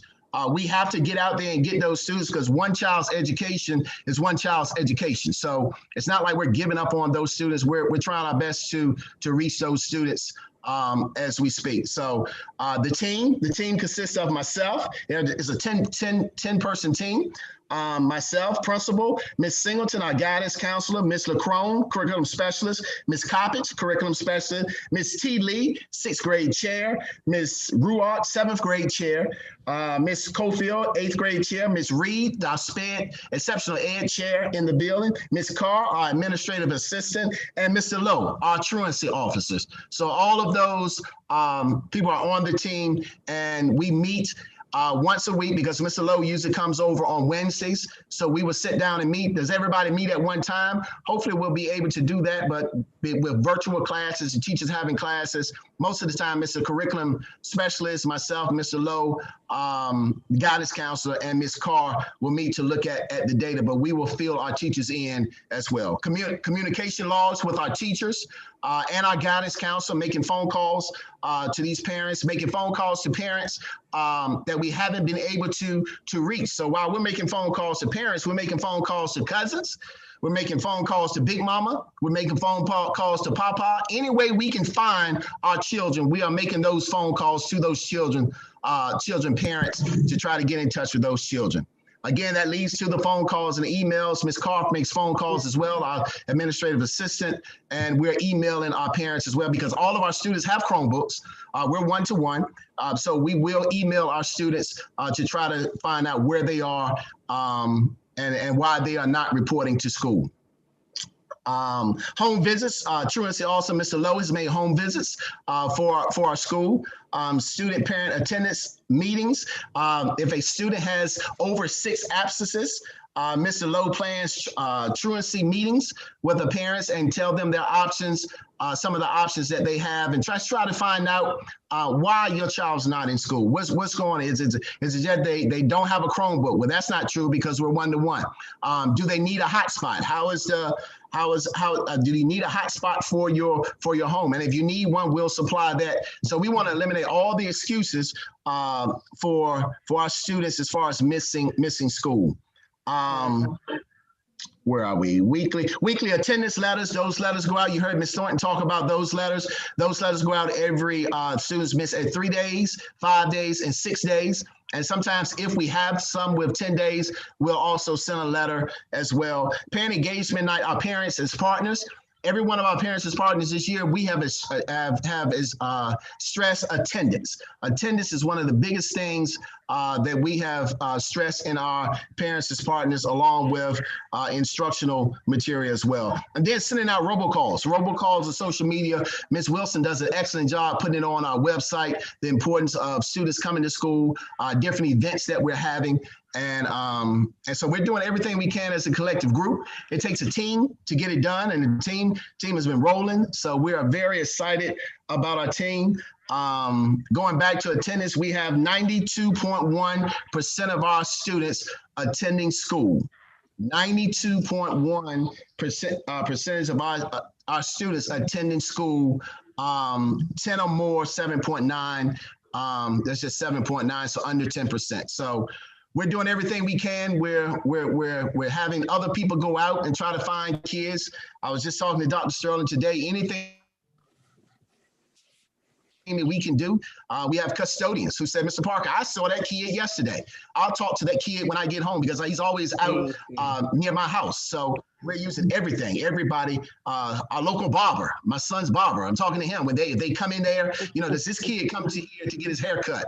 Yes, he does. Well, look, Mr. Chris, he's not coming to school, and Mr. Lawrence will talk with him and try to get him. So we're doing everything. We're gonna do everything we can to get him in school. And I see Ms. Moore moving the screen, so I guess my time is up. Thank you, Ms. Moore, for that subtle cue. And Mr. Parker, thank you again. It was a very thorough presentation. Does anyone have any questions from Mr. Parker that he has not answered 3 times over? Board members. Yeah, this is Jerry at Ward 6. I was curious, when you mark absent, is that for the whole day, or was it just for being virtual? Is it sometimes a part of the day? No, the absence are for the whole day. For the whole day. Yes. All right, thank you. Any other questions? I missed y'all last week. I was under the weather a little bit, so I'm excited to see y'all, and I wanted to make sure we got it all in. So thank you for everything. Thank you for all your support. If there aren't any more questions, thank you, Dr. Sterling, for the opportunity. Thank you. Ms. Thornton, I know Mr. Phelps is going to do a great job as well. So thank you, everybody, and good night to everyone. All right, thank you again so much. Now we'll take about 3 to 5 seconds to look at this beautiful picture in front of you. Very nice. Now we will have our high school principal deliver his data with attendance and grades. Mr. Phelps? Yes, good evening, Dr. Sterling and school board. I'll dive right into it. We have a pie chart for you that shows you our final semester grades. Remember, Franklin High School is on a 4x4 schedule, so our students have just finished their first 4 classes and they've started 4 new classes. So these are the final grades for the first 4 classes of the school year from the first semester. We had 27.7% of our students received, and first of all, let me say, like Coach Parker explained, this is a total of 1,135 grades. We have 298 students. So it's actually 284 times 4, because we have some students that attend the governor's school, some students that are in CSEP, and some students only take 3 classes or only get 3 grades because some of their classes are double blocked, like Nurse Aid 1 counts double. I don't want to get too far in the weeds, but basically we're dealing with 1,135 grades. 27.7% of those grades were A's, and that's actually 314 total A's. 22.6% of our final grades for the first semester were B's. That's 256. 19.9% were C's, 226. We had 19.6% D's, 223. And then we did have, unfortunately, 10.2% F's, and that was 116 F's. Before we move on, I just want to make the whole point of my presentation is there is a strong correlation between attendance and academic achievement, which we already knew that anyway, but the data supports that most of our F's are coming from those students who on my next pie chart are in the category of not attending school. So I did my pie chart a little bit different than the other 2 principals. I took my monthly principals report that I do, that monthly attendance rate that you see every month, and is usually broken down by male and female. And then overall, 80.6% of our students on an average day are attending school. Let me say it this way, our average attendance rate as of February the 17th, when I did this chart, or we did this chart because I had a whole lot of help. Our average attendance rate for those present is 80.6%. And then our average absentee rate, I guess you would say, is 19.4%. The vast majority of that 10.2% that received F's are in that 19.4%. You have to work very hard to fail a class at Franklin High School because we give so many opportunities for submitting work late, doing assignments over, extra credit. We look at your SOL scores to see if that can bump your final grade up.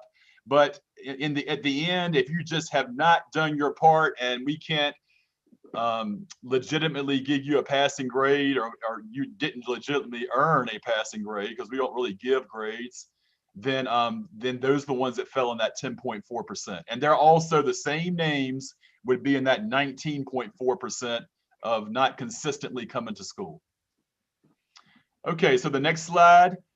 Here's some action. We have attendance meetings weekly, but we had a truancy meeting with Dr. Carter. And since that truancy meeting, we have taken some actions. And some of those actions are, we have graduated 6 seniors at the end of the first semester who were in danger of possibly dropping out because of their age. And they did pass their SOLs. They had their standard, they had their 22 credits. Some of them, 2 of them that I'm thinking of actually will graduate with an advanced diploma, but 6 seniors have graduated. They won't officially walk across the stage until June, but they have completed what they have to do to graduate from Franklin High School. So they'll definitely be graduates and not dropouts.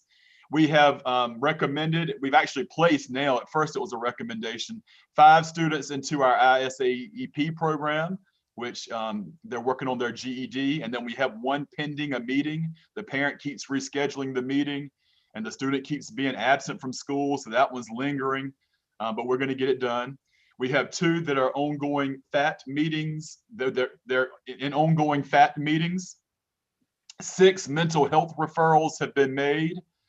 We have created actually we've updated it. We have a monitoring chart that we call the watch list for seniors. We've updated our watch list and we've set up Zoom sessions for each grade level. Ms. Massenberg and myself and Dr. Harris Muhammad and Dr. Jones, we have grade level meetings, especially with our seniors, because we're really pushing them towards graduation and discussing things like prom and other things they're interested in, homecoming. But we're having Zoom sessions for each grade level. So that was since the last truancy meeting. Going forward, to address our attendance, we're going to continue to mail out our 3-day, 5-day, and 6-day attendance letters, and we do that on every Thursday. They go out of, they're mailed home. Matter of fact, we mailed home 75 today. We are continuing to have weekly attendance meetings. Mr. Lowe does his meetings over here on Fridays, but we have attendance meetings with the administration and the guidance department daily, especially when we turn those laptops off and those Chromebooks. They call us for the meeting instead of us having to call them because they want those devices turned back on. We hope for academic reasons. But the guidance department and administration, we call daily, as far as attendance. We will continue our automatic phone calls when students are marked absent, those robocalls that go out. The principal, every day, the first thing Ms. Stouffer does when I walk past her desk is she hands me a printout of the attendance report from the day before to let me know which teachers forgot, or maybe they were absent and they didn't take attendance.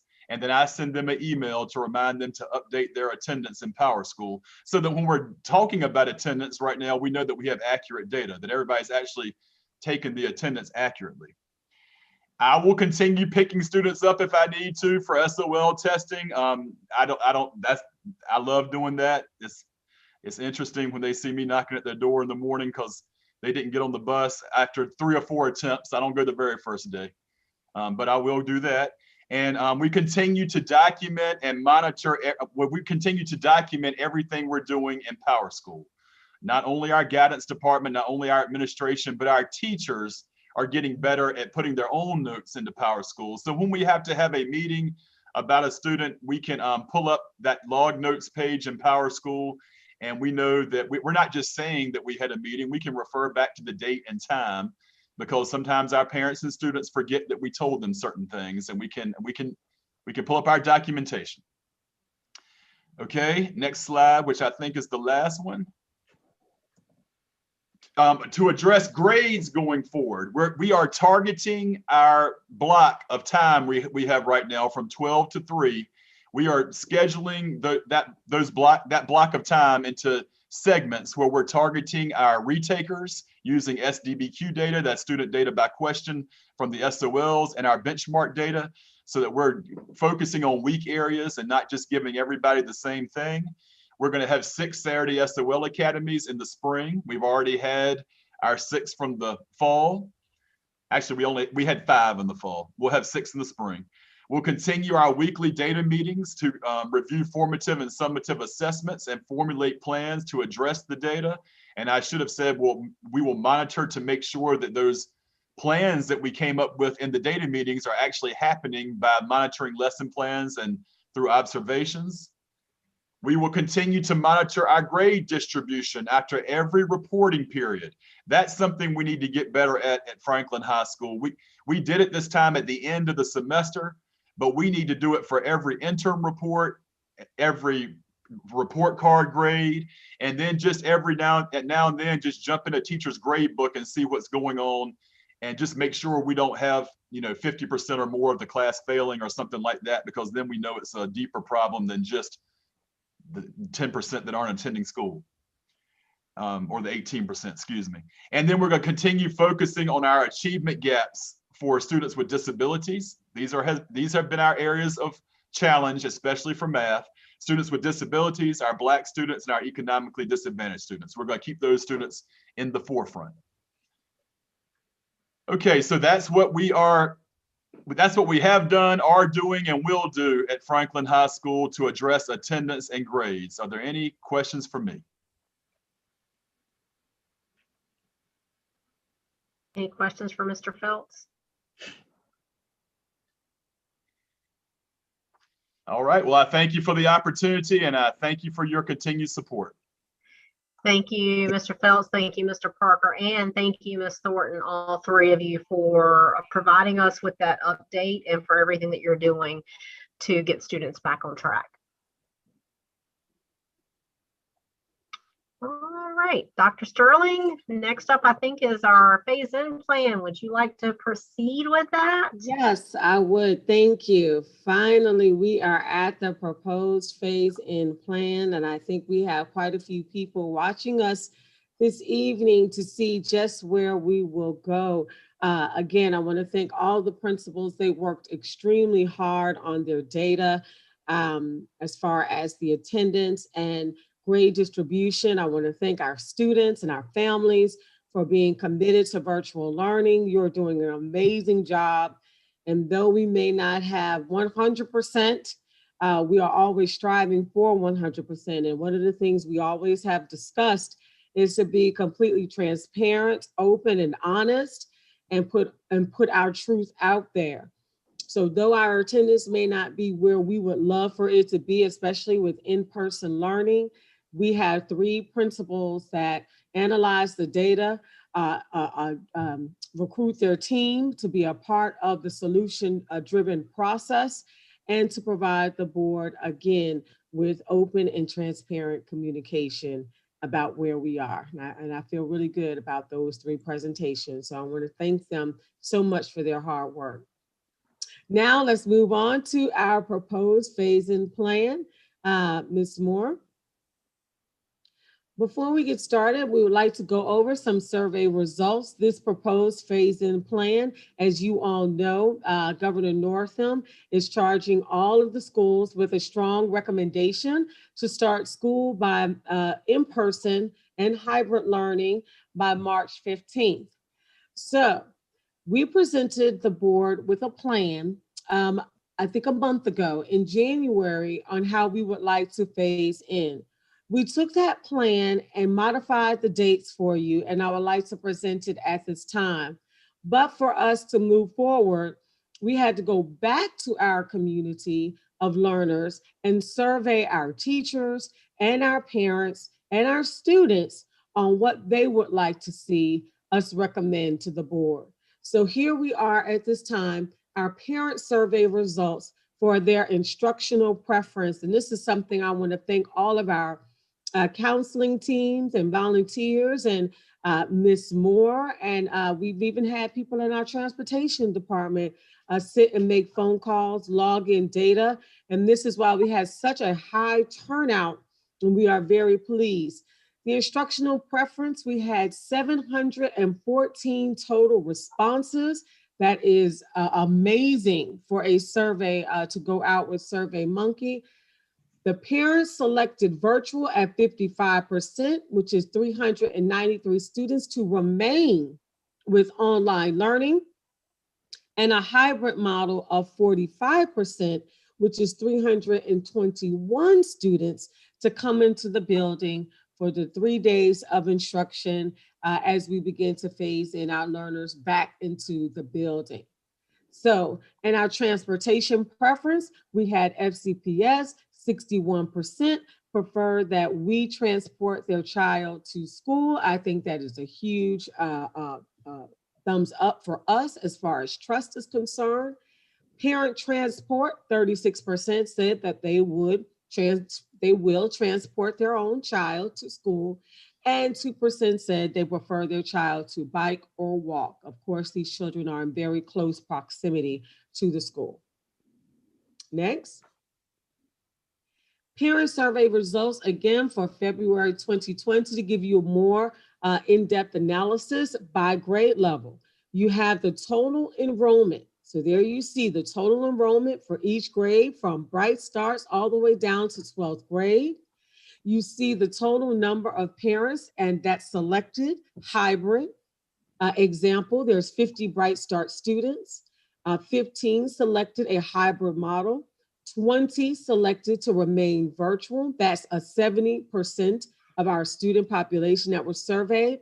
And we still have 15 students, yes, we have 15 students that have not selected anything. So as you know, they will default to hybrid until we make contact with those parents and get their selection before the 15. So you see what our total enrollment is, you see the selection, you see the percentage, and you'll see the number of students in each category that we have not received a response from. Of course, in the highlighted areas, as you see, these are our target groups, the 3rd grade, 4th grade, and 5th grade, and our 8th grade are our target populations to get responses from our families. So we can make certain that our children have a selection that the parents would like. We want to make certain that we eliminate all communication issues. So we will be calling homes and knocking on doors to make certain we get their responses. Next.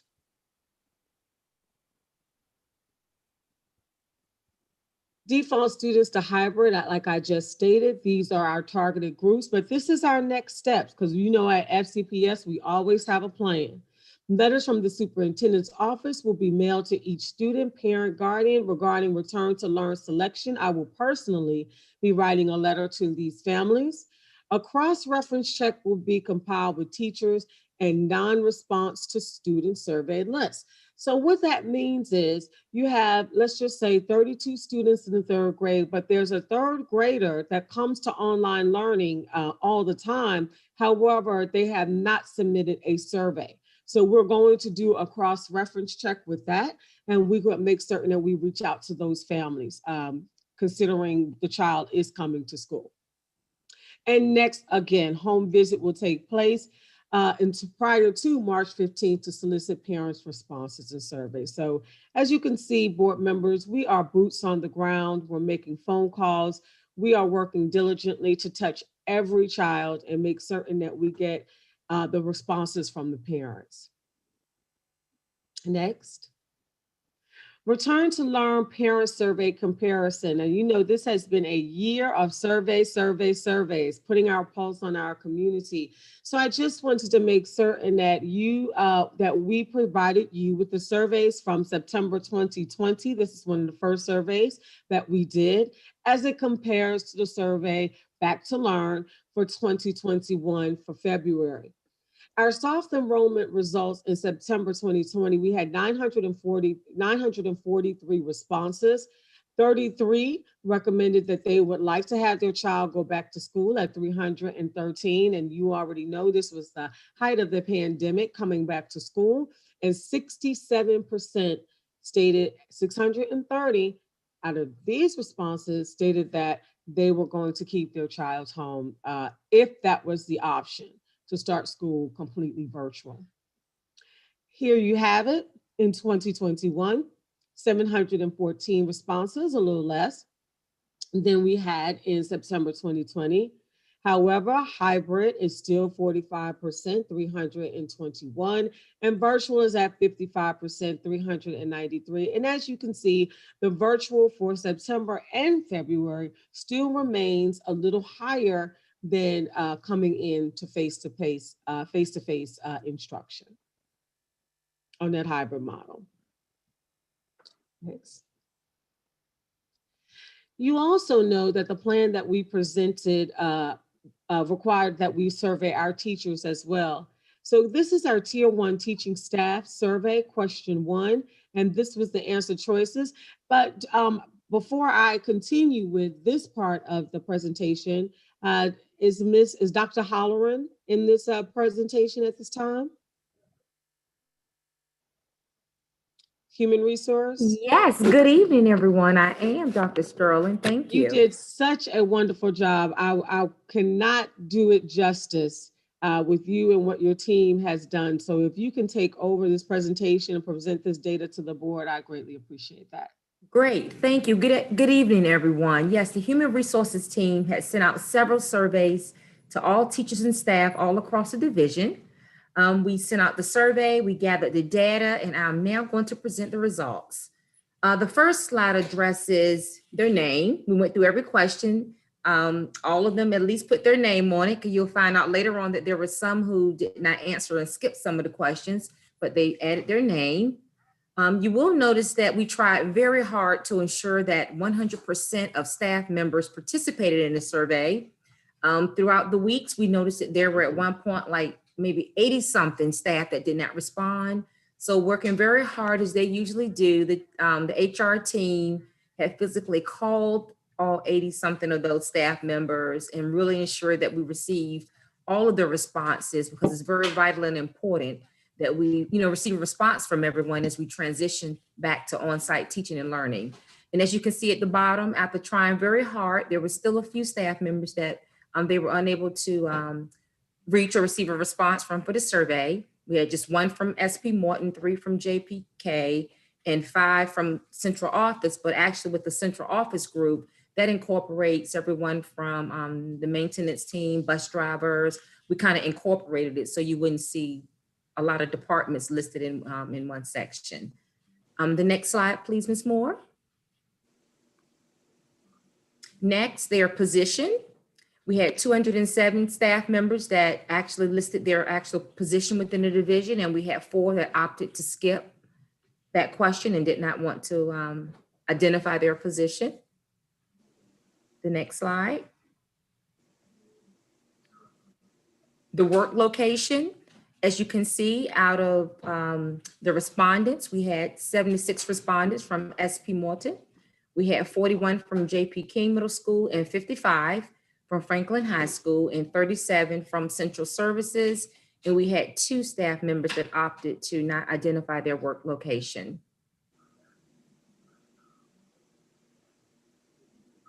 When asked, have they registered at the CDC website? In a previous presentation, I presented and shared information about how all staff members' information was uploaded through the CDC website. And that's the website that was initially utilized for everyone to register to receive the COVID-19 vaccination. So if they at least registered for that site, we had 125 staff members that said they did register, and we had 85 that said no and actually scheduled their vaccination. And we know what happened to most of the vaccination schedules. They got canceled. So we're now actually working on having everyone vaccinated. And if they answered yes, that they received an appointment, if they could at least allocate the time below, and 87 of them were able to note that they did receive a vaccination schedule appointment. And then this is a very important question. We wanted to know if a staff member did not register to have the vaccination, was it a health-related condition? And actually 17 staff members said yes, due to health conditions or pre-existing conditions, they are not able to take the COVID-19 vaccination shot. And we did ask that they at least submit us with supporting documentation from their physician or healthcare provider in the Human Resources Department. And 13 staff members opted to skip that question. And that appears to be the same slide, I think, question 7. And I'd just like to share, if you haven't heard yet, we're very fortunate to receive a call, and at least 30 plus staff members were able to receive the COVID-19 vaccine. We were able to go in there, so they did not have to destroy or waste 30 of those vaccinations. So it's great to hear that many of our staff members were able to get up there within 15 minutes of a time frame due to the weather. They were able to get in there and receive their vaccination shot. Are there any questions about the survey? Okay, thank you. Thank you, Dr. Right, Hollows. thank you. Okay, let's move on to the next slide. As you can see, we're compiling a lot of data, getting a lot of data from our community, our parents, our students, before we even, modify the plan. So here you have it. Tier 1 teachers were surveyed, and you were just presented with that information. Parent survey, of course. All surveys were closed and the data was compiled. A soft enrollment process took place and it was absolutely successful. Solidified student rosters, transportation rosters, and travel routes. We're in that process at this time.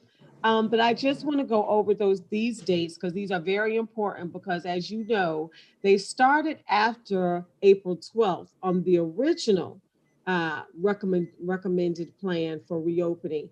Now we have dates that I would like to go over. Teacher and staff room preparation and sanitizing. The same action steps will take place, but the dates are different. From March 1st through the 4th. Again, 4 days. Building capacity is extremely important, so we will be following CDC guidelines. Mondays, and this gives you more detail, Monday and Tuesday grades, pre-K, K, and first, SPED and Ls will be in the building, teachers, and Wednesday and Thursday, 2nd and 3rd grade level teachers.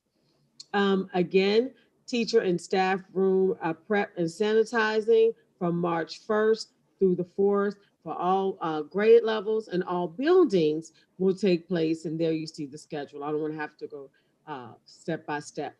Next, you have March 8th to the 11th. If you can go up just a little bit. Professional development will take place. We will conduct data analysis meetings to determine learning loss. Intervention plans must be developed to address any area deficits in student learning. All teachers will report to the building.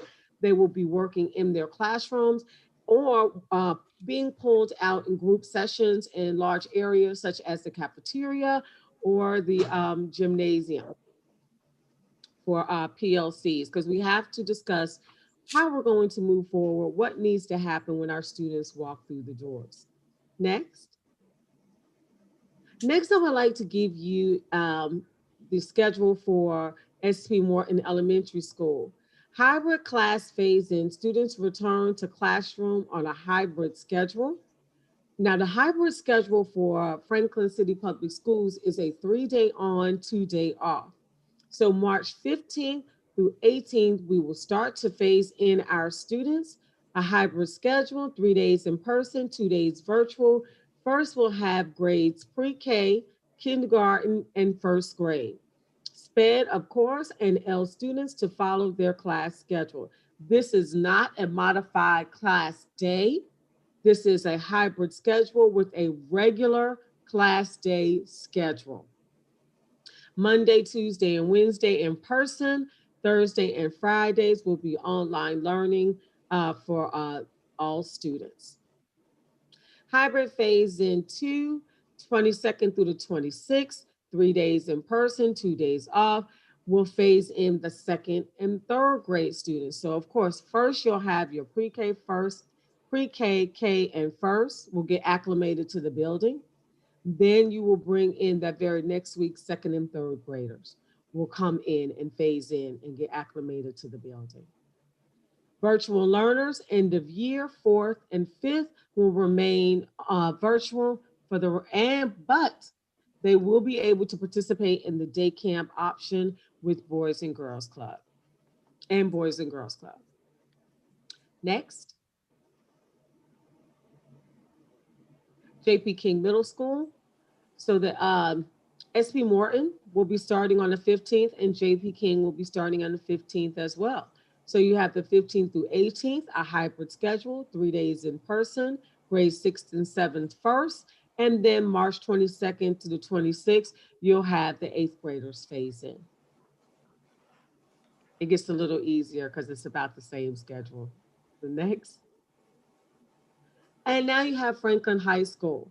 Franklin High School's phase-in plan again will start first the 15th through the 18th. He will introduce 9th and 10th graders will come to class on Monday and Tuesday. Regular school schedule will end at 2:45 and grades 9th and 10th, we'll start a hybrid schedule and L's and SPED as well. And that very next week, after they get acclimated, he will phase in 11th and 12th. And they will come to school on Wednesday and Thursday. And school again is a regular full day schedule. So you have 11th and 12th, L's and special ed will follow their class schedule. Next. 2 days, students that have selected to return on the hybrid schedule. And this is the number that we will have in the building so far. So just to give you an idea, SP Morton will only have 147 students in the building at any given time. You have JP King, 74 students have selected to come in on the hybrid model, and Franklin High School, 102 students have selected to come in on the hybrid model. So many of you, I'm sure, are wondering, well, what's going to happen to the students that have not elected to come back in, but have elected to stay home? Well, we say virtual. Well, we are working with our wonderful technology team, Mr. Josh Spraw, as we talked about earlier. Him and his team are working with all of the smart boards that are in the classroom, and they are retrofitting them, the computers with cameras, so our students that are at home can actually be streamed into the classroom. They'll see the classroom and we'll see them, and they can participate in the learning just as if they were right inside that classroom. Same information, different experience, but they will be in class virtually while the in-person instruction is going on. And of course, those classrooms that have an added advantage if they have a TA assigned to their classrooms, because they can directly focus on those kids, do breakout rooms, and provide them additional support. So no one will be missing any direct instruction. Next. So that is our recommendation to reopen school on a hybrid schedule, March 15th, starting March 15th, and phase it in to the end of the year. Phase it in that very next week on the 22nd, and then phase it in for the remainder of the year. So are there any questions to our return? I don't like to use that term, return to learn, because we've always been learning. Returning back to the building on a hybrid schedule. Anybody have any questions? I have 2 questions. Sure. Bus drivers, have we settled that situation with bus drivers? Well, we're always working to get bus drivers. However, we do have enough bus drivers to be able to transport the number of students that have requested to come back to learning. So we're very fortunate that we would like to have all of them back in school, and eventually we will. But right now we have what we need to transport our students successfully. Okay, and question 2, we have provided, and this is something that's big for me. We've provided emotional support for our students. How are we supporting our staff? Interesting question. Very interesting question. Well, I really can't give you a direct response for that because I haven't been with them as much because we've been virtual, but right. I'm not even going to try to answer that because I don't have anything direct to say, but that is something that we really need to go back and work with our staff on, our counselors, our mental health providers. Yes, thank you for that. No, I cannot give that a direct answer to you for that. Okay, just food for thought. Very much so, because I know I need some. So exactly. We all thank you. Some. All right. Write that down. I will piggyback on that. One thing that we may want to remind the staff of course, with the insurance that we provide, typically Anthem provides an employee assistance program. So that may be something that we may need to push back out to staff just to remind that resource is available. Well, that is something that's always been pushed out. We push that out monthly, but knowing the board and that question, it's bigger than that. It really is. And I'm glad it was posed. I'm glad it was posed. I'm going to work to make certain we pull a team together to have a response on what we survey them for everything else, but not for their mental health needs. And that's important. That's important. It was a good question. Thank you. Thank you. Dr. Shelton and I tend to think alike sometimes, and that can be somewhat scary, but my question. No, great minds think alike. Right. Thank you. My question also related to transportation. I know initially there was some rules and regulations that a bus that seated 64 students, you could only have 10 on the bus and that kind of thing. Are those restrictions still in place? No, they've lifted a lot of those almost down to 3 feet. Families can stay together. And what we've noticed on our survey is that when we pick up one child, we have to look at the schedules. That's why you see that as far as transportation routes and rosters, because we may be picking up one family that has to be at school 2 different times. So as you know, they can stay together. So we're going to research how do we make that happen so we won't have to have so many of our students spaced out on the bus. But yes, you can do every other seat and it doesn't have to be the 6 feet on the bus any longer. I had a question. I that you said that it's going back to the full school day. So that means that the ones that are choosing to stay virtual will then be virtual for the whole school day as well, correct? Yes, but the good thing about that, I want to thank you for that, is that they will have breaks, of course. We do extracurricular activities that we will push that to the Thursday and Friday to support our students that aren't physically there, and our students are getting gym or art. So they would still have that opportunity to get those on those Thursdays and Fridays. So you could see a large gaps of time throughout the day where the student won't be online because either their classmates are at lunch or they're doing some type of extracurricular activity that gives them that brain break and support. We are realistic when it comes to a full day. So as you know, have been working with your own child with Canvas. So a lot of our modules will still be on Canvas. We won't be deviating from not having all of our lessons in Canvas. So if our children that are online have to disengage or disconnect for a little while, all of their assignments are still loaded for them to be successful for that, week, month, or however long they are on that virtual platform. Okay, and Fridays, with that being virtual for everyone, it seems, is that going to be asynchronous, or will that be a whole day virtual, or will it be the half day? No, it will. At the high school, it will follow the high school schedule, but for your elementary and middle school, it is more of the online learning, independent focus, because that's where our teachers have their PLCs. So they're making up assignments or doing original writing assignments, but yes, they're going to be fully independent on that Friday. Okay, but the high school is still following their regular schedule. Yes, on Friday. Yes. And the reason why is because, they have to have those clock hours. Okay. Mm-hmm. I wish I could be flexible, but Travis won't let me. Won't let me. He's like 1:40 and 1:40 it is. I'm like, you're right. Any other questions?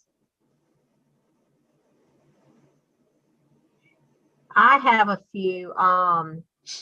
Looking at the parents that have responded to the survey, and we've got that 55% that have elected to stay virtual.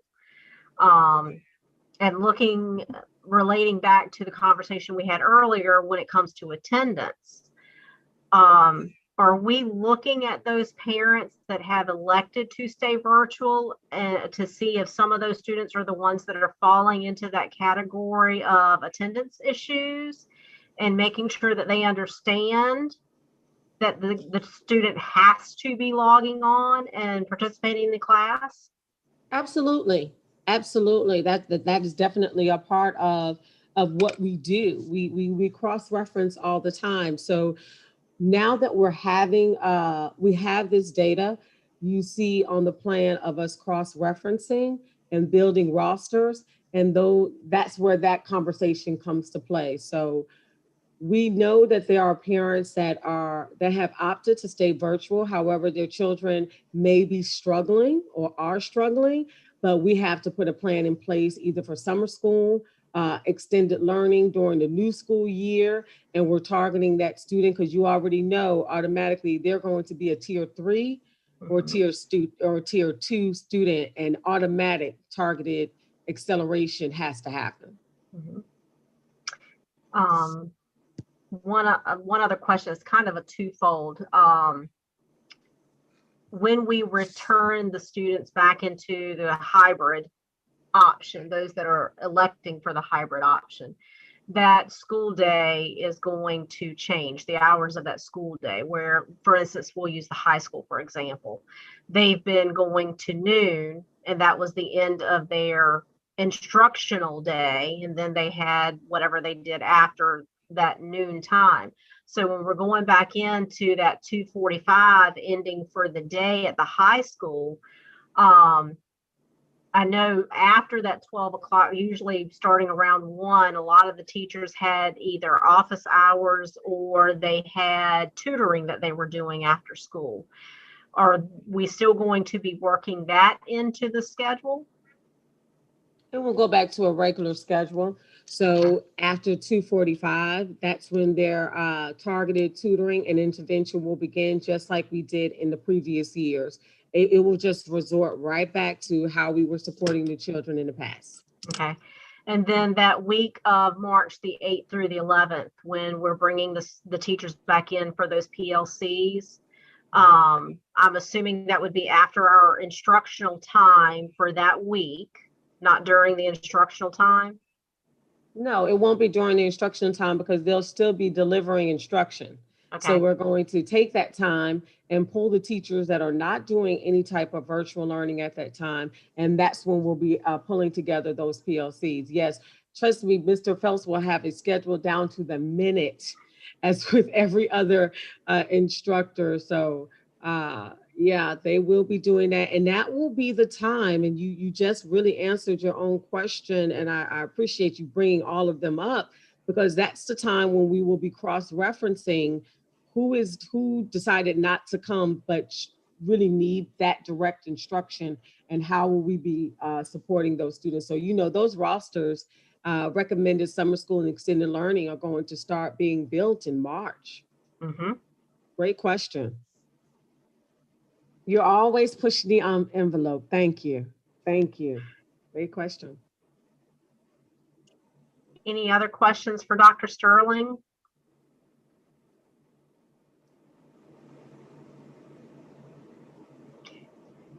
If there's no other questions, then do we have a motion in regards Before to you the do a revised? motion, madam, before you do a motion, Okay. before you do a motion, I just want the board to know that, you know, this is you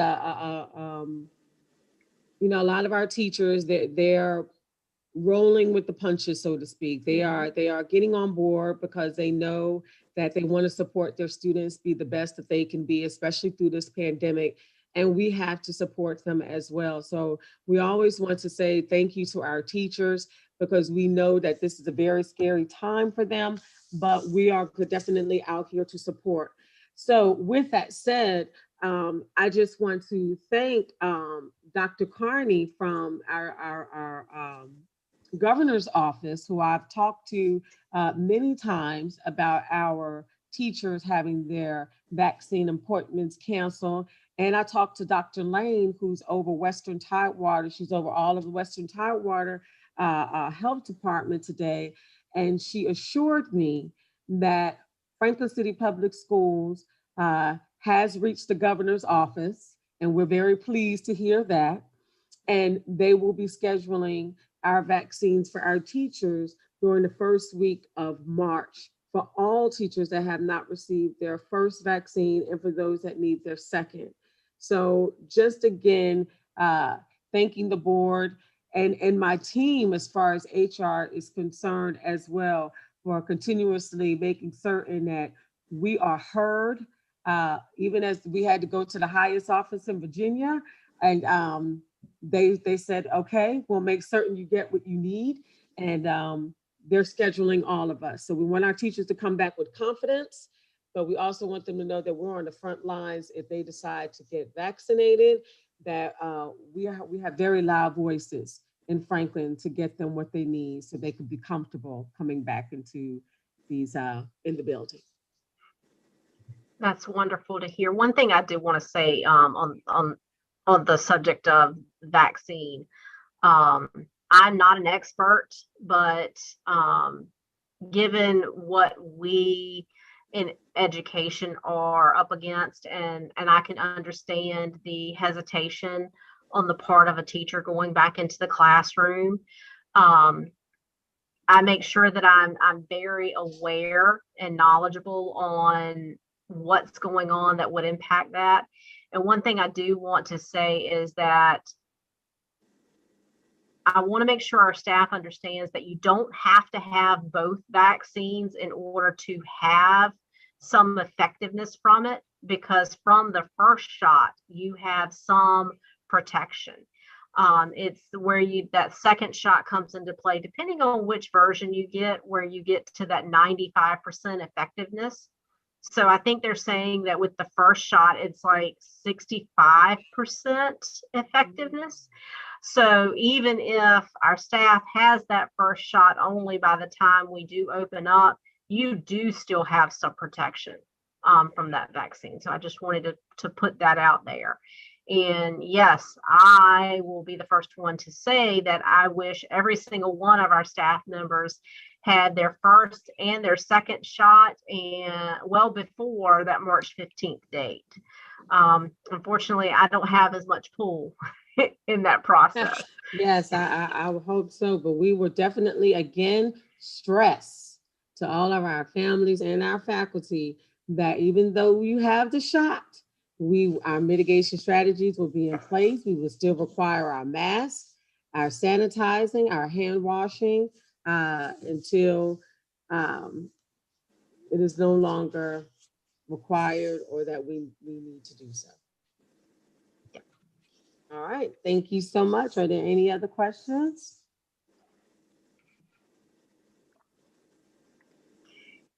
All right, well, hearing none, do we have a motion in regard to the revised phase-in plan? Madam Chair, I move that we accept the superintendent's recommendation for the return to school in person. I second. Okay, we have a motion and a second. Any discussion?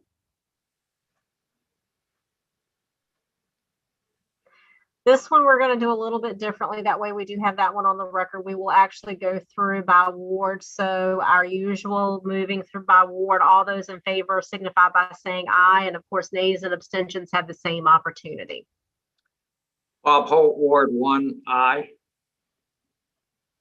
Tanya Smith, Ward 3, aye. Marshall Williams, Ward 4, aye. Andrea Shelton, Ward 5, aye. Jerry McCreary, Ward 6, aye. Carrie Johnson at large, aye.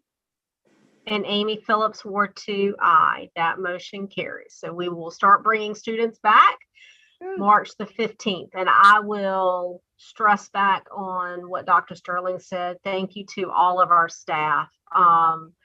I know that every member of Franklin City Public Schools has the best interests of our students at heart, and they put our students before all.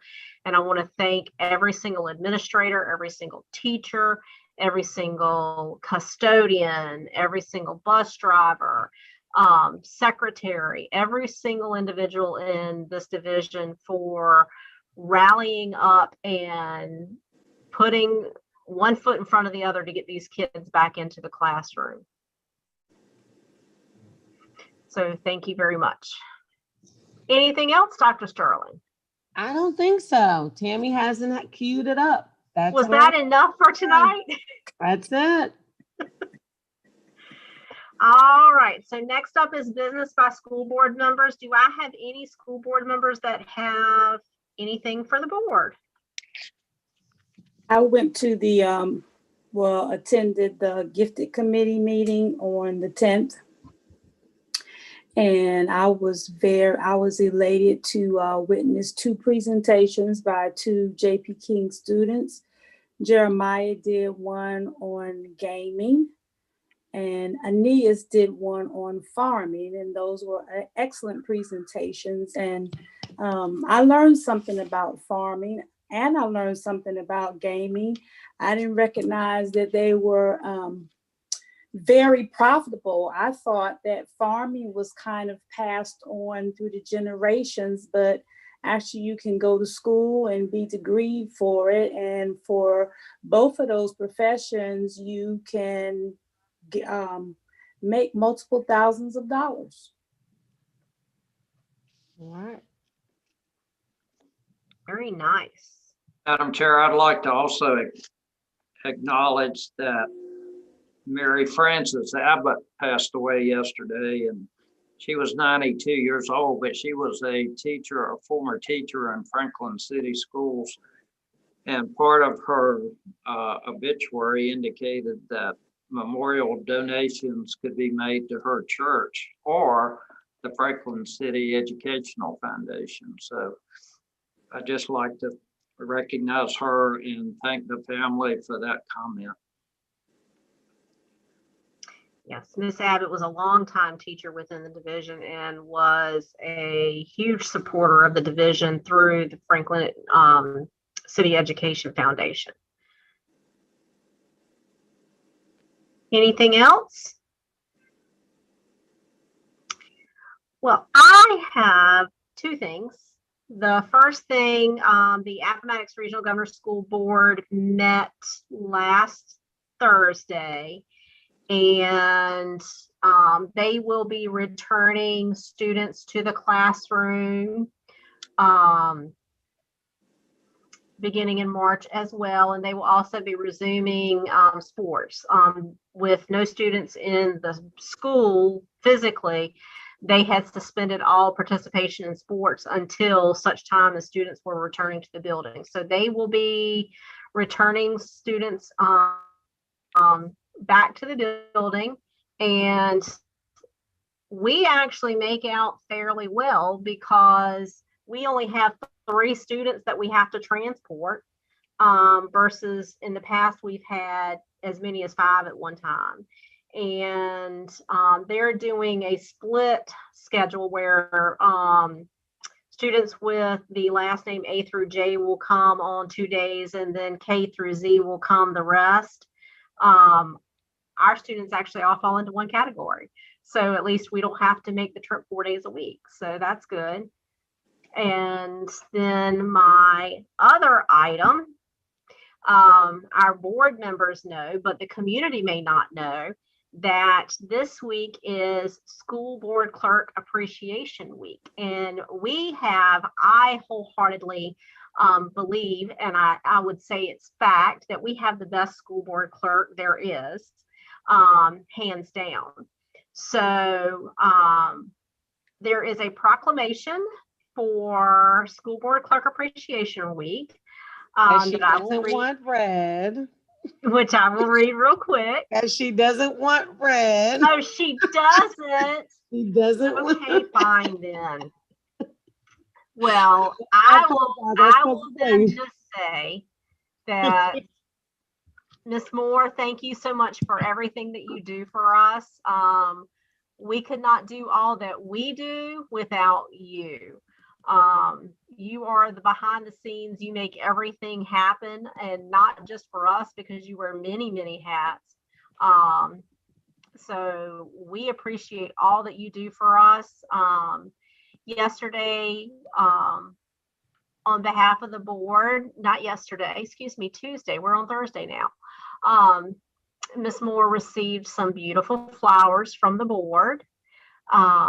So I just wanted to take a moment to recognize her and thank her for all that she does do for the board and for the division. You all are an amazing board to work under, so thank you.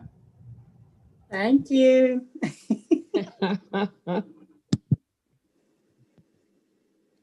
Anything else by school board members?